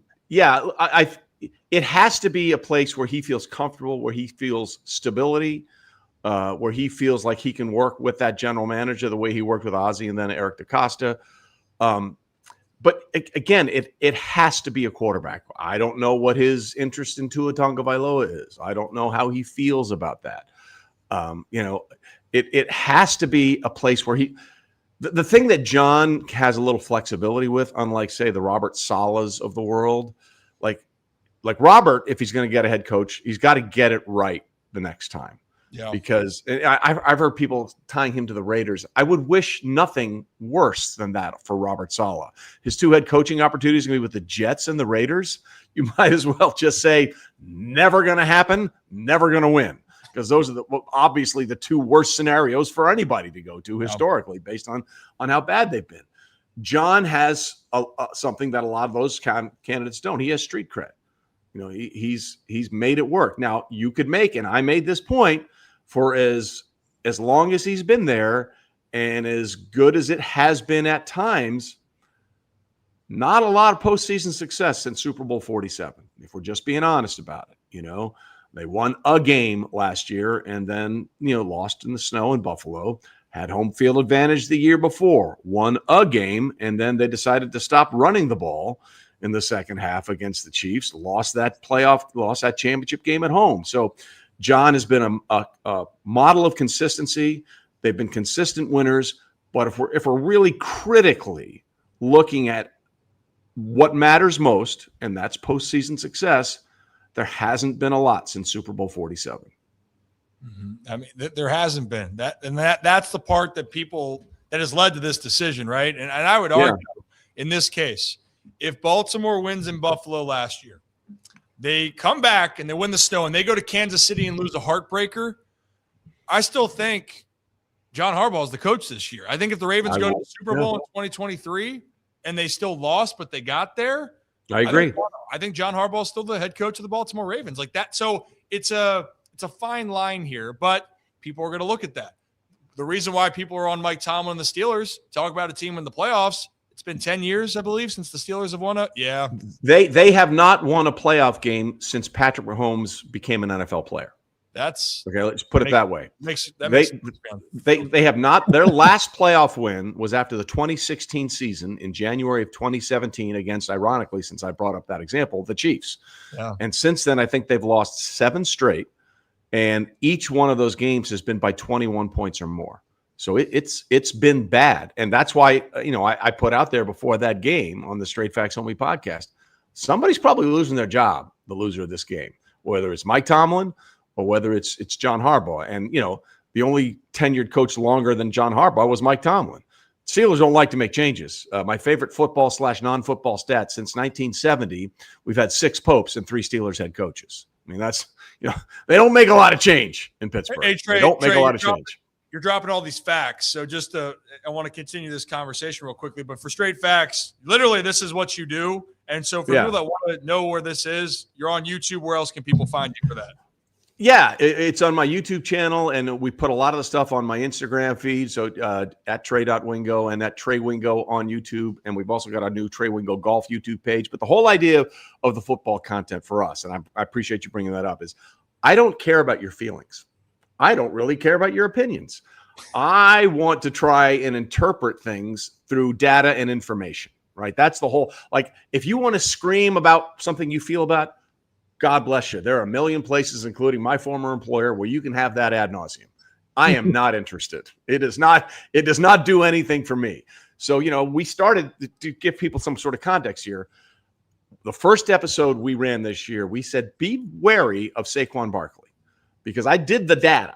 He's the 9th 2,000-yard rusher. The previous 8 all had significant drop-offs after that 2,000-yard season. And most notably, the drop-off was about a yard to a yard and a half per carry after a 2,000-yard season. And why is that significant? That tells you you're not getting the home run plays. You're not getting the 50, 60, 70-yard runs that we saw Saquon do in 2024 all over the place. Every one of those backs had a significant drop-off. And look what happened this year for Saquon Barkley. And also, he was the first 2,000-yard rusher to make the playoffs and then go to the Super Bowl and win the Super Bowl. So it's the wear and tear of a 2,000-yard season plus the extra 3 games that he had to play. It's just data that's telling you that. So that's what we try and do on the football side of Straight Facts. We try and interpret the data and give you an explanation as to why things are going to happen or why they happen the way they did. See, I think that's a great – hey, you explained it the best. That's why I wanted you to speak on that. Zach, you got a quick question for Trey? Yeah, quick question, Trey. So – obviously, the Ravens, I think, pretty well known is the top spot if you're looking at head coach vacancies for the most talent there. But do you think that – what is your opinion on the pressure of a coach to come in and perform right away? Because we just talked about John Harbaugh's downfalls in the postseason. Do you think it's something where – and when a guy comes in, there's going to be this added pressure of, hey, maybe in other situations you can have a year or 2 of building a culture and stuff, but you come to Baltimore, the expectation is going to be to win pretty much right away. Well, there's going to be pressure anywhere. I mean, let's just be honest about that, because people. I mean, Raheem Morris just got fired for 2 years in Atlanta. I can't believe someone said, I wonder if Baltimore would be interested. And I'm like, that would be a hard sell in Baltimore if you wanted to try and bring in Raheem Morris based on the success that John has had and the success that Raheem really hasn't. I mean, I think there's a lot of pressure with the job because of the standard that John set. Bill Cowher said it best years ago. He said, he was in Pittsburgh for 12, 13, 14 years, something like that. And he even admitted, sometimes after 10 years, the message just gets stale. And no matter what Todd says, and I believe he believes what he said, sometimes change for change's sake is a good thing, especially if you have a Lamar Jackson, a 2-time MVP, who hasn't had a ton of success in the postseason. You have to try and capitalize on these things. Like we talked about with the Steelers, they're in that spin cycle of quarterbacks because they don't have a dude. If you have a dude, you've got to maximize your potential and maximize your window. That's why, to me, there's no quarterback that has more pressure on him in this postseason than Josh Allen. Look at the AFC quarterbacks. You have 41-year-old Aaron Rodgers, Bo Nix, who hasn't won a playoff game, Drake May, who hasn't won a playoff game, Justin Herbert, who hasn't won a playoff game, Trevor Lawrence, who's won a playoff game, CJ Stroud, who's won 1 or 2 playoff games. It's not a lot of things. Nobody has more on their resume than Josh, and the boogeyman's out. They've lost 4 straight to the Chiefs and Patrick Mahomes. Lamar Jackson's not there. Joe Burrow's not there. There's a lot of pressure on Buffalo to get this thing done because the way Drake May has played, that team looks pretty good. And, this run that the Bills have had before this past season owning that AFC East, I don't know if that's going to continue with the way the Patriots are playing and what Sean and Bo Nix are doing in Denver. They're going to be around. What Liam Cohen and the Trevor have done, looks like they're going to be around for a while. There's a ton of pressure on Josh Allen and Buffalo to finally get some results this postseason. There is. Some would say, this is the year. Not that. Yeah. Well, it better be. Yeah, I mean, not to go on the road for each game, but as far as the landscape, this is the year. And I played this game with the rest of the crew in here with Brad and Zach. I said, Trey, hey, who's your favorite? And if you gave there is none. There is no favorite. You could tell me any team in the AFC, you could make your case, and I'd say, okay, great. Yeah, I mean, politely, the Panthers, best of luck to you. But I think of the 13 out of the 14 teams in the postseason, you could conceivably say, logically, I could see how this might work out for them. Yeah. And I don't think I can ever remember a postseason thinking that way. Jim Nantz said the same thing. Yeah, Jim Nantz. We had him on earlier. What does he know? Yeah. He's only seen everything. I even asked him, I said, "Do you ever surprised?" He's like, well, this year I'm surprised. Yeah.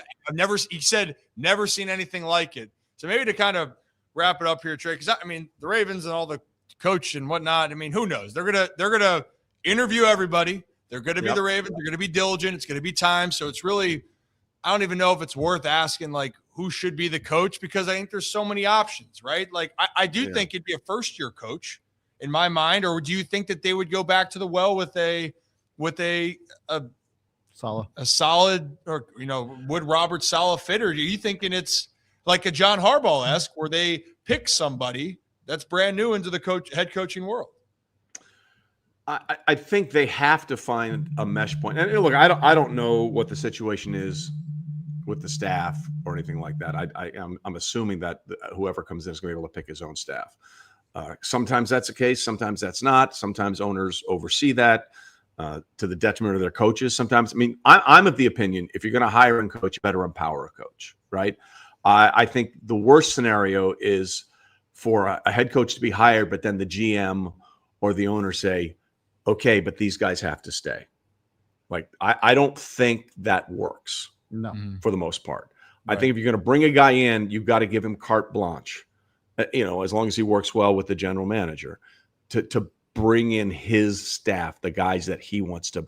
When someone is forced on you or is kept because someone higher than you is telling you that that guy needs to be kept, I think that creates problems right away.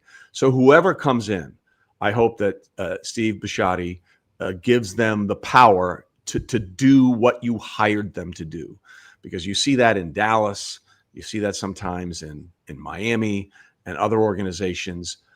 It just doesn't work. You have to, when you're going to bring somebody in, whether it's a fresh face or somebody else who's been around before, let them do the thing you hired them to do.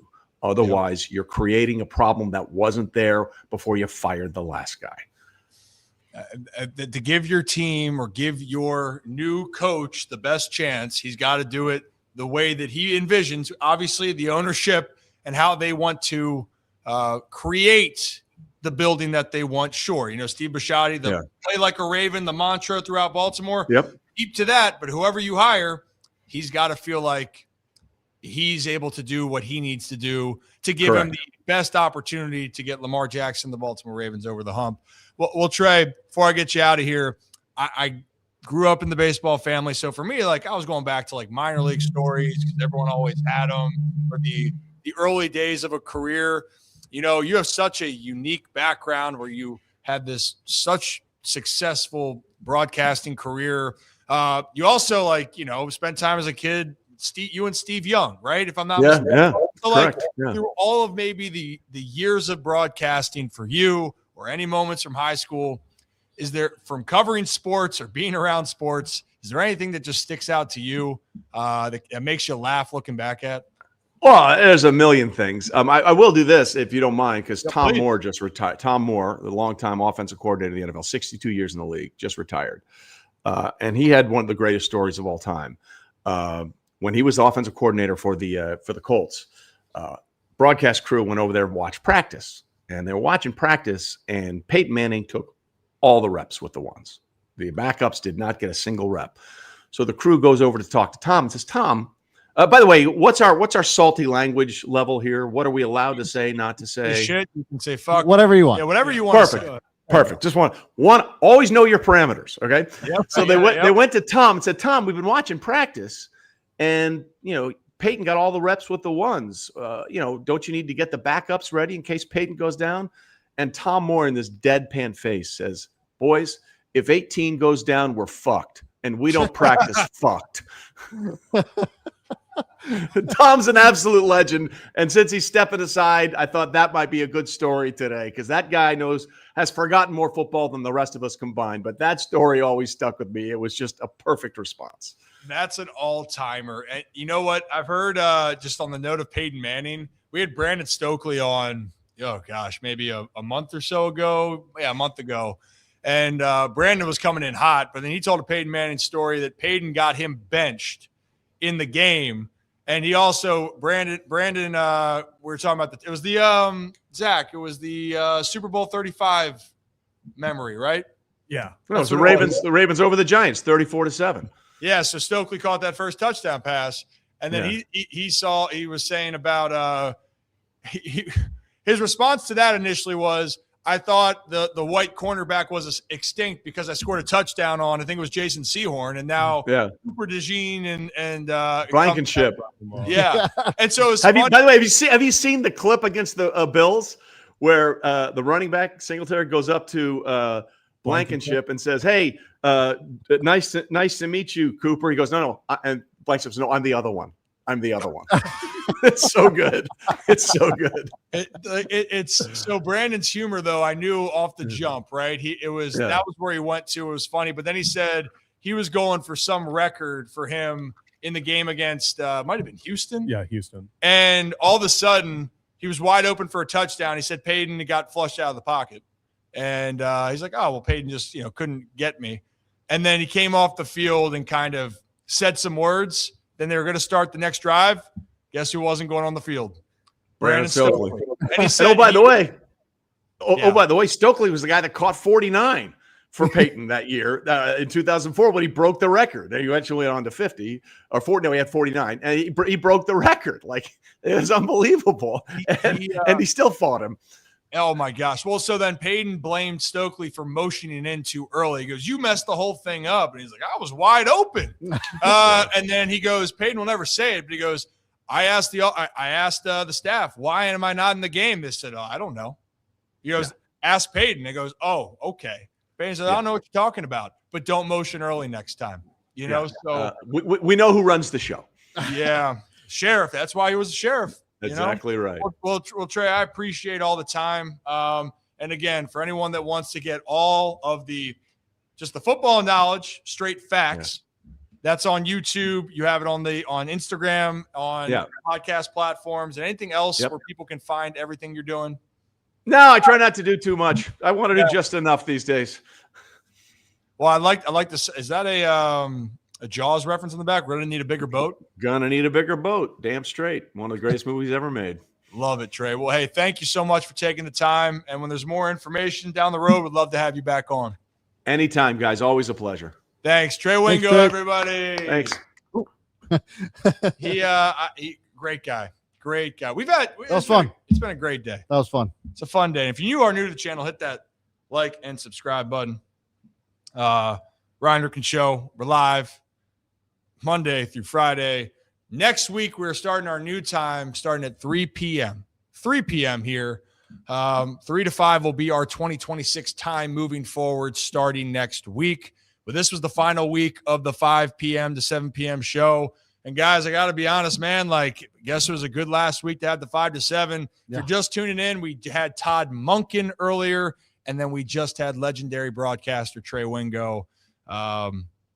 This was I like to say we always have great guests, and each time I go, wow, that was unbelievable. We've had great guests, and wow. This whole week, bro. This whole week has been bananas. It's been amazing. You know what, Zach? Some would say it's been a great stream.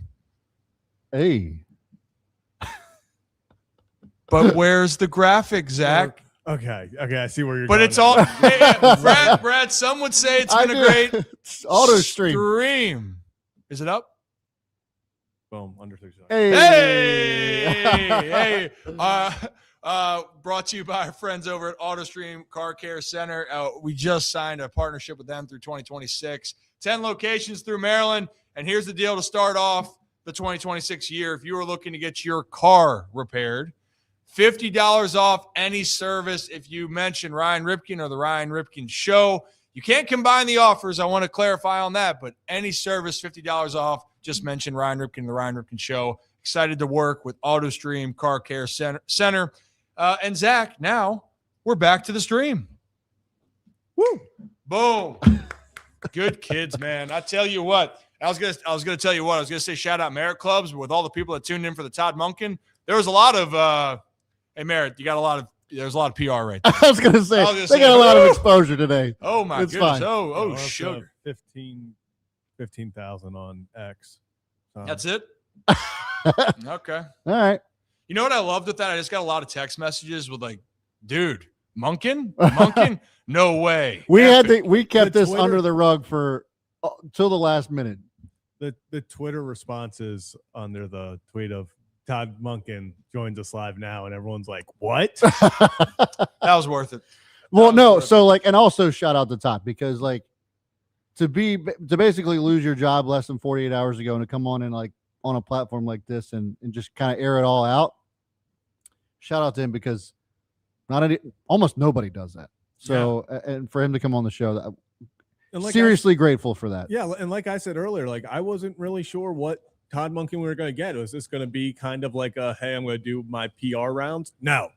Todd Monken was Todd Monken through and through, and he didn't mince words once, and that was awesome. But it truly was. And it's cool to just see his perspective, because that's a guy who lives and breathes football. And you talk about an old school coach about, hey, accountability. It's like, I messed up. They messed up. We as a group messed up. And I love how he put it. He's like, I got to take responsibility for this, because everyone was singing my praises when we were great. So if I had a hand in that, I clearly got a hand in this. And I loved his just mindset. That was awesome to say. Yeah, I mean, overall here. Killed the rumors too, by the way. Yeah, and overall here, though, the thing that I also want to point out, he was saying the rumors, like, I don't know where that's all coming from.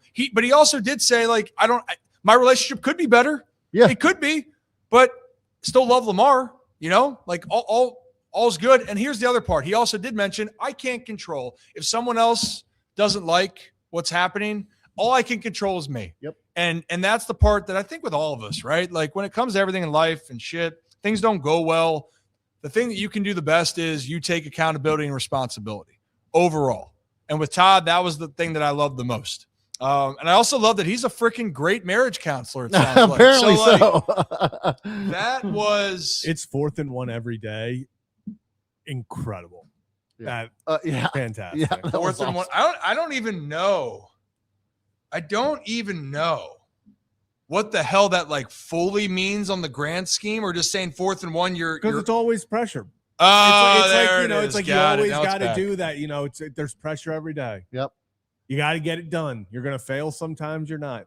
Yeah, good times. And for those that are new to the channel here, yes, we have a lot of newcomers, and we get it. If you didn't know about us, well, hi. This is the Ryan Ripken Show. And we are from the Maryland area, right? But we do talk a lot of baseball and football. We're going to talk other sports in general, but those are our two main ones. And one thing, though, that you can count on from us, we're going to have fun with this, but we also have great guests. This is the new age of how media is, and we take a lot of pride in this. And our goal here, and what I try to put forward with Ripken Media and the Ripken Show, is we're trying to take you behind the curtain. We're trying to give you the content that we think you guys deserve. Yep. Right. So I thank our guests. And I got to shout out Ryan. He's been amazing. You know what? I can't blow his cover too much, but he has been amazing for us in setting all these up. Just incredible. Ryan. Just balling. Yeah. Absolute dog. So I remember I'm very thankful and grateful, and I'm grateful for all of you. So if you're new to the channel, hit that like and subscribe button. We're on YouTube, X, Facebook, and then if you're on Spotify and Apple, you listen. Don't watch and drive. Just listen and drive, but hit that follow button as well. All of it continues to get the good word out, and we want to continue to show what we think is going to be an unforgettable year here in 2026 with the Ryan Ripken Show. Agree. And become a channel member. You want to help the channel out, click that join button. We do have some perks with that. I'm going to bring the Rip After Dark back. I did it the other day where I actually teased that we were working on somebody else. But because I was afraid we could lose today's guest, I didn't want to mention that. Yeah. But the other one I mentioned in Rip After Dark is still not off the table. So I want to leave it at that. If you want to find out who that was, you got to hit the join button next to subscribe, become a channel member. You can join at Rip After Dark and find out all the juicy details. Oh, Rip After Dark is juicy. We like to have a good time here. Well, we're going to continue having a good time here. Overall, we're going to keep the ball rolling. The long show, but that's fine. We're going to wrap some things up. We got to make a couple moves, Zach. You want to make a couple moves? You want to make a couple moves? My mic's in the way. There it is. Making a couple moves. Brad, you making some moves over there? Making some moves? Okay. Well, why don't we take our next move around Maryland here? Because there's not a ton else we need to talk around Maryland, except there was something that happened, I guess, technically in the district. But shout out our friends over at Next Move Charm City. I don't have my glasses, So I'll throw my flannel. If you guys are looking to make your next move, make it with Next Move Charm City. I appreciate Shannon, Brett, and the Belanger team over at Loan Depot. Whether it's city, suburbs, or shore, they're ready to help you make the right move. So appreciate them. Guys around Maryland here, okay?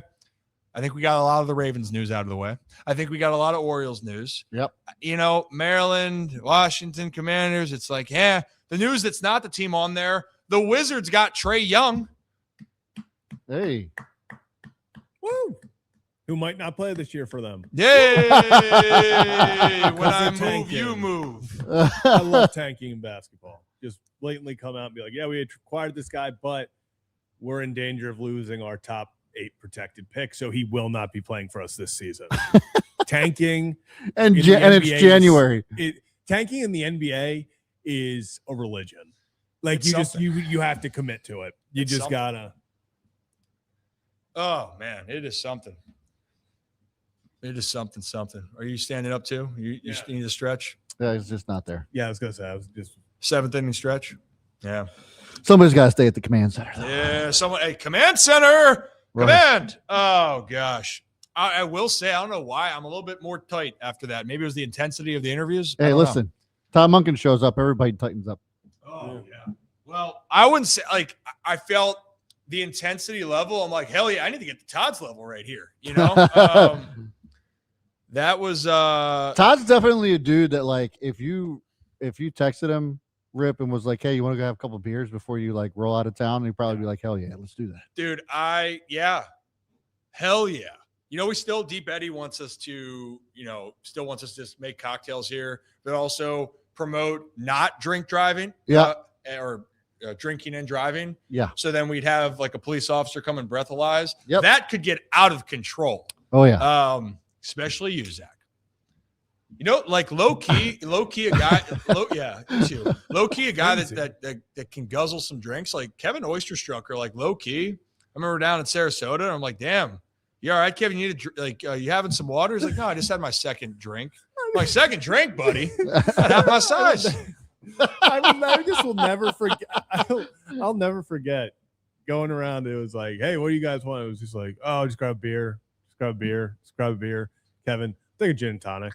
It's like, what are we? Then follows up with an espresso martini. I was like, Kevin, Dude, that was very we're aggressive. getting wild here. Espresso martinis are legit. Meanwhile, I love a teeny. we haven't slept in 26 hours at that moment. That was yeah, because he drove down. Yeah. nothing was like the drive back up. But yeah, The drive back up was something else. out of a movie, and we might, you know what, we need a Winnebago or an RV for this one. Yeah, anybody knows what's that, Camping World or what, RV, whatever, something. we need it. You have a Winnebago. We need it. Yeah. If you guys want to give us a Winnebago, that would be amazing. Yeah. That would be amazing. And also, I saw Rick said my wife had Deep Eddies in her martini the other night. It was our 30th anniversary. Hey! Rick, you qualify for Todd Monken's marriage counseling right there. He said he's probably been married as long as Todd has. Well, 30. I think Todd said 34. 34? Yeah. Todd's a beast. I should have asked him, like, point blank, Todd, since we're being really blunt, do you like Nick more? Like, I should have asked him. I'm telling you, yes. I should have asked him because, We like, briefly mentioned Nick, but not nearly enough. well, you know what? Because I feel like when I say Nick's name, and I know Nick says, like, oh, everyone loves me. I'm like, like when I bring up your name, sometimes I get looks, and I can't tell if that's like, do they like you? Do they like you? You as know much why? as you like you? Because he also called them at 1 a.m. asking for pizza. No, I don't think I don't think he'd have the stones to do that. I don't. I don't think he would have the stones. So, guys, to wrap up, I don't know if Kevin's back there or not. I think he is. He doesn't want to touch his camera after What happened? Yeah. I did laugh for a second, but I was like, oh, we had a wild Kevin appear. He just did it again. He just did it again. Oh my God. The terrified look in Kevin's face when he just did We're gonna clip that. That's for damn sure.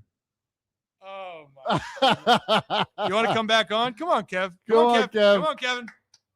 Where are you? Where are you? There he is. Dude, so I didn't know that I popped on the screen. I got a message in the private chat, and I'm like, Kevin, what are you doing? I'm like, what do you mean? What am I doing? Hold on. Right in the middle. What- It's right in the middle. So I have to go back and watch. So it's because I think I turned my camera on to just have it on, and I guess it threw me, and then I turned it on again here, and I don't know what the deal is, but I apologize for that. I truly didn't mean it, but the interview was great. And Ryan, I want to give you a shout out, Ryan. Yes, because everybody's talking about Todd, and he was awesome. But Todd, genuinely, like the questions, man, were on point. Yeah, you navigated that interview extremely well. I put it in the chat. Yeah, you know, I'm Ryan Ripken.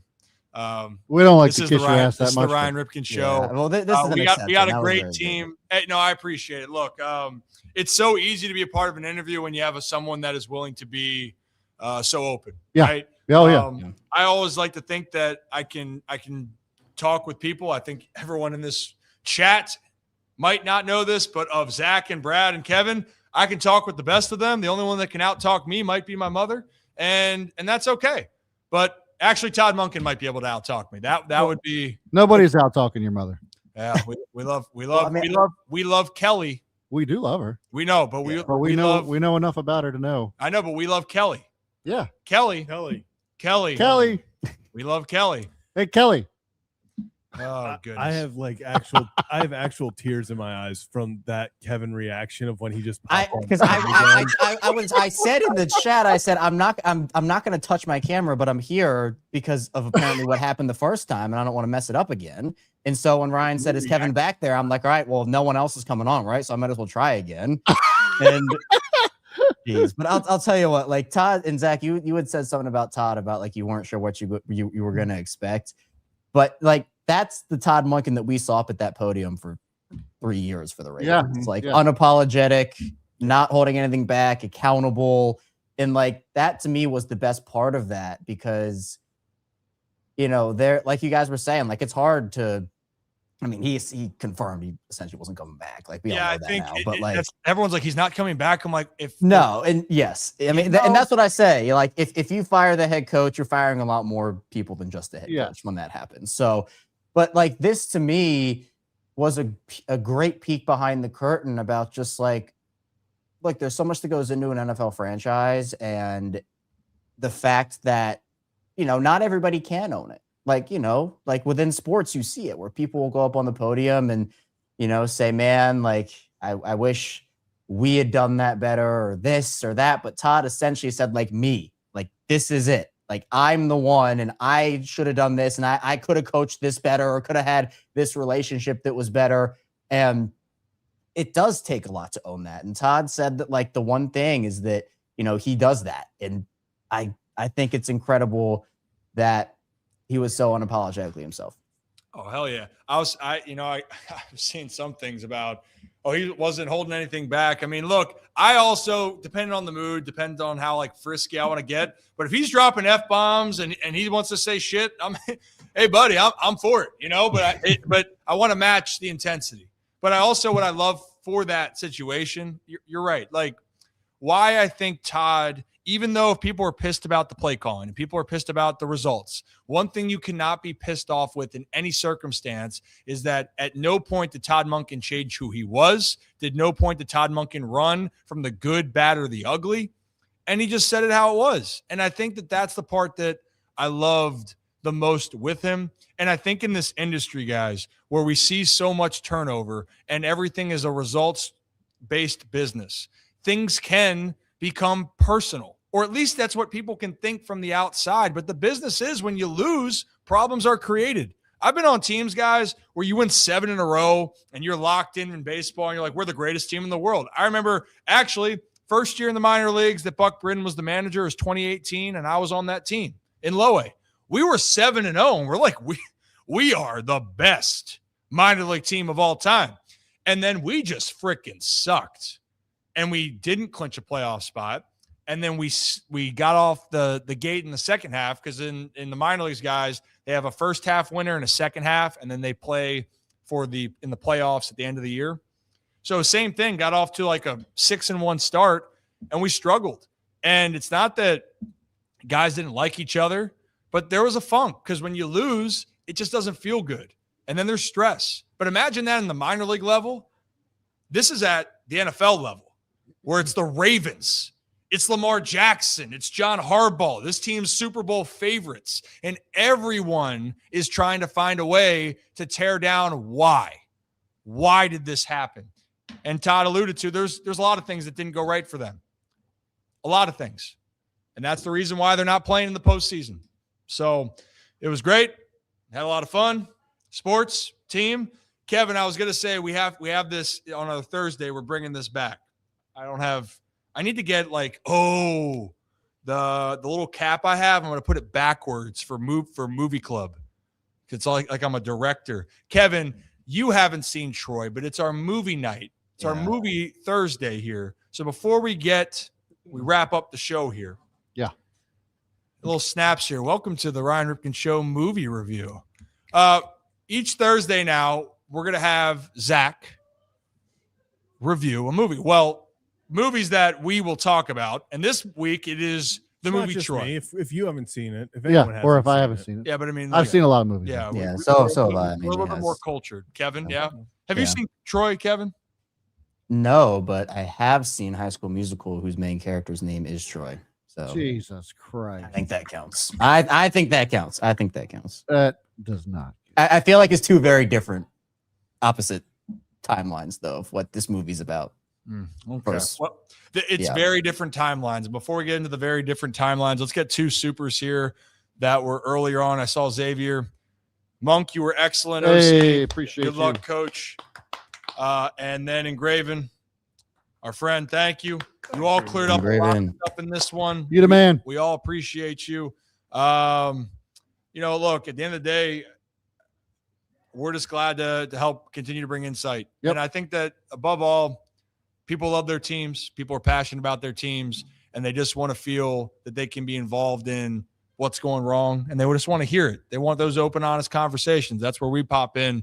So thank you to Todd Monken. Thank you to Trey Wingo. He's been fantastic. Both of them phenomenal guests today.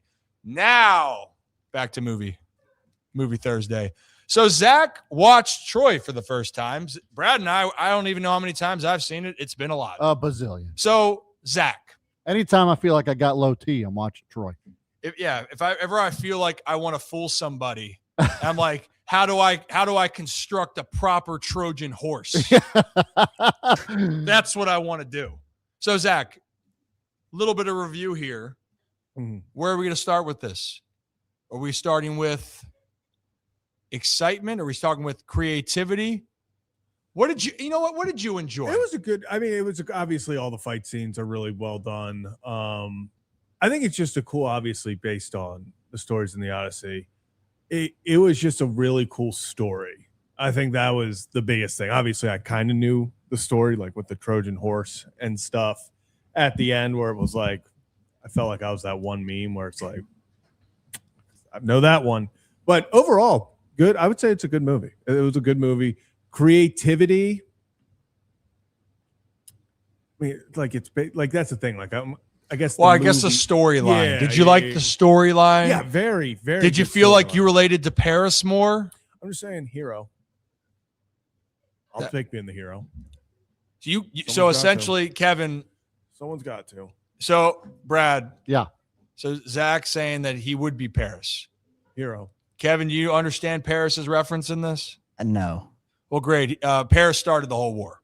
I see. Yeah. I see. Him and Helen. Or You know, I it see. happens. it happens. It happens.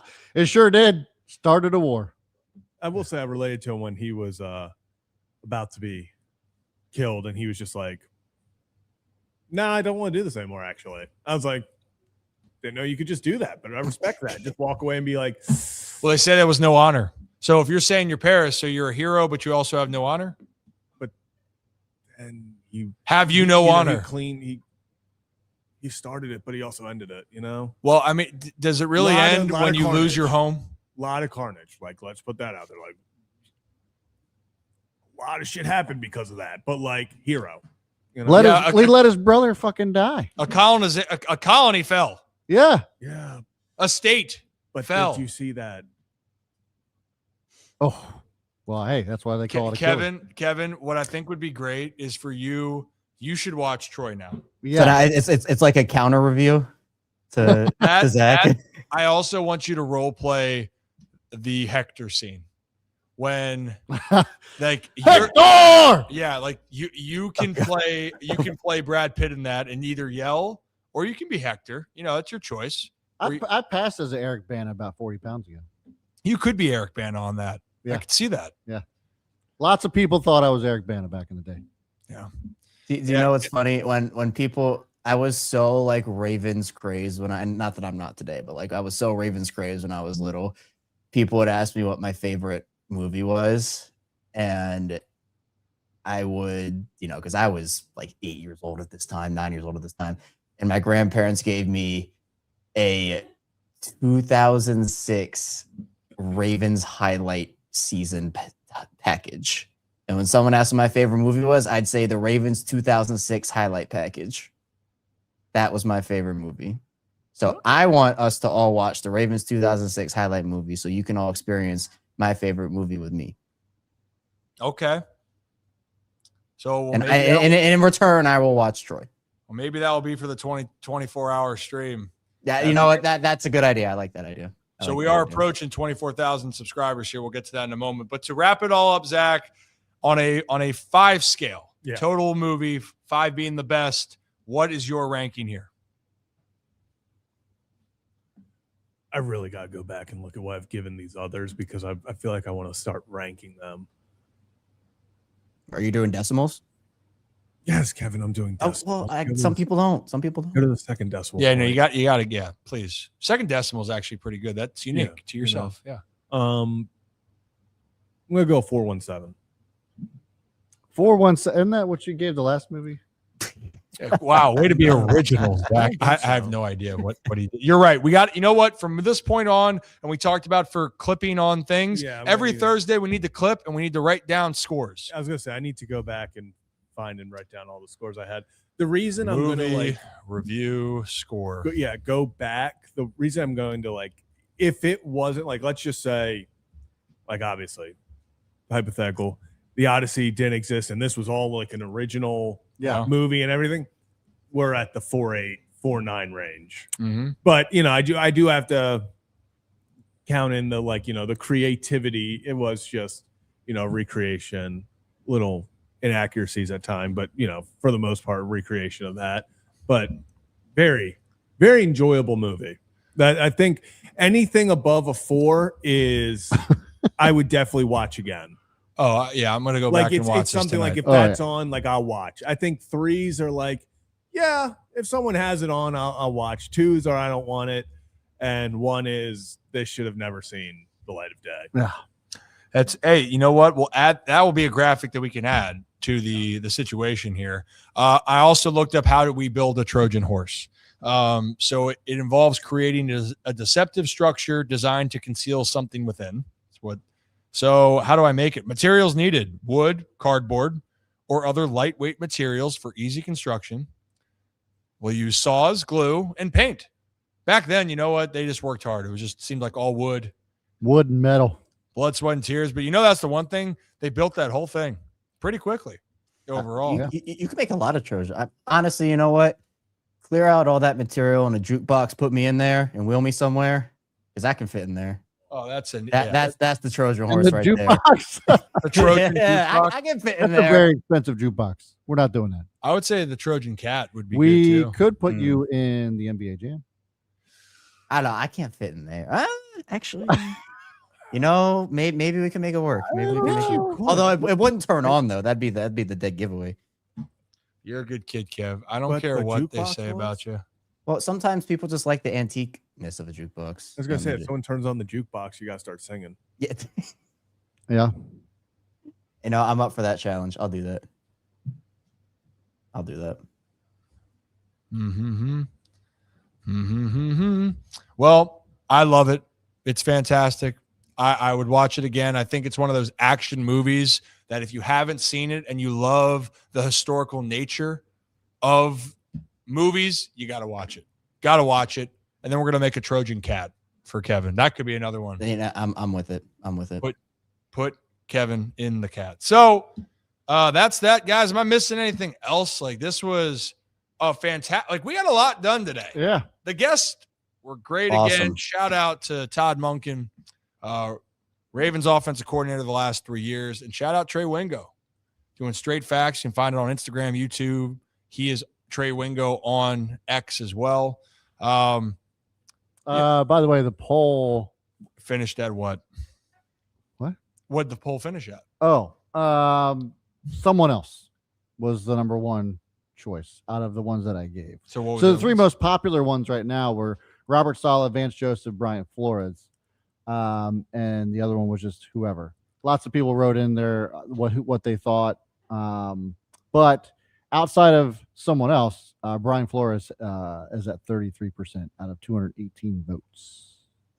I assume a lot of people wrote in Clint Kubiak. Is there other? No, there was a lot of other write-ins that Clinton wasn't one of the ones that I saw a lot of. Oh. Well, but there were so many comments as well. Yeah. Ton of comments, man. Honestly, so this is one of the highest. I think it is the highest X stream of the year in history.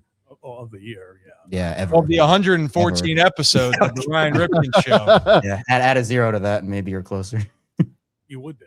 No, I think what is? It'd be close. It'd be close.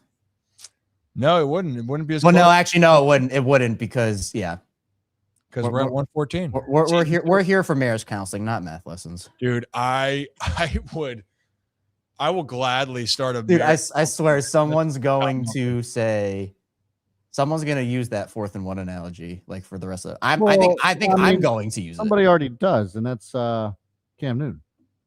Well, but not for that analogy. Well, no, but I mean, like he's. But they have the 4th trademark. And 1. Yeah. So we got to come up with something with Todd Monken. Yeah, marriage counseling, but I could almost see like 4th and inches. Whoa. I mean, well, there's nothing wrong with that. Kevin says some other questionable things. That wasn't one of them. It's not like his rip after dark comment he said the other day. Yeah, because I was definitely the one that said that.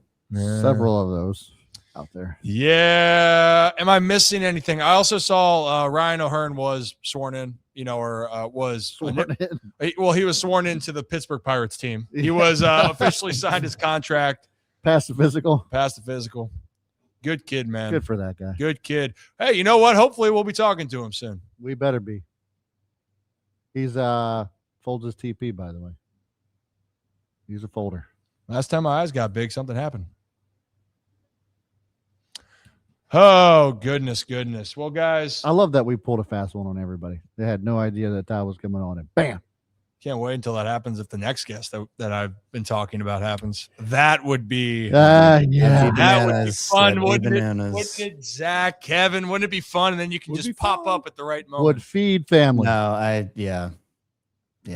Oh, by the way, Kevin, I was gonna say I was looking at Instagram and I saw that you made a post about the locker room comment from Schefter or whatever it was. Well, now you can make that post from this show too. I will. I will make it. I will make a lot of posts, and we will make a lot posts.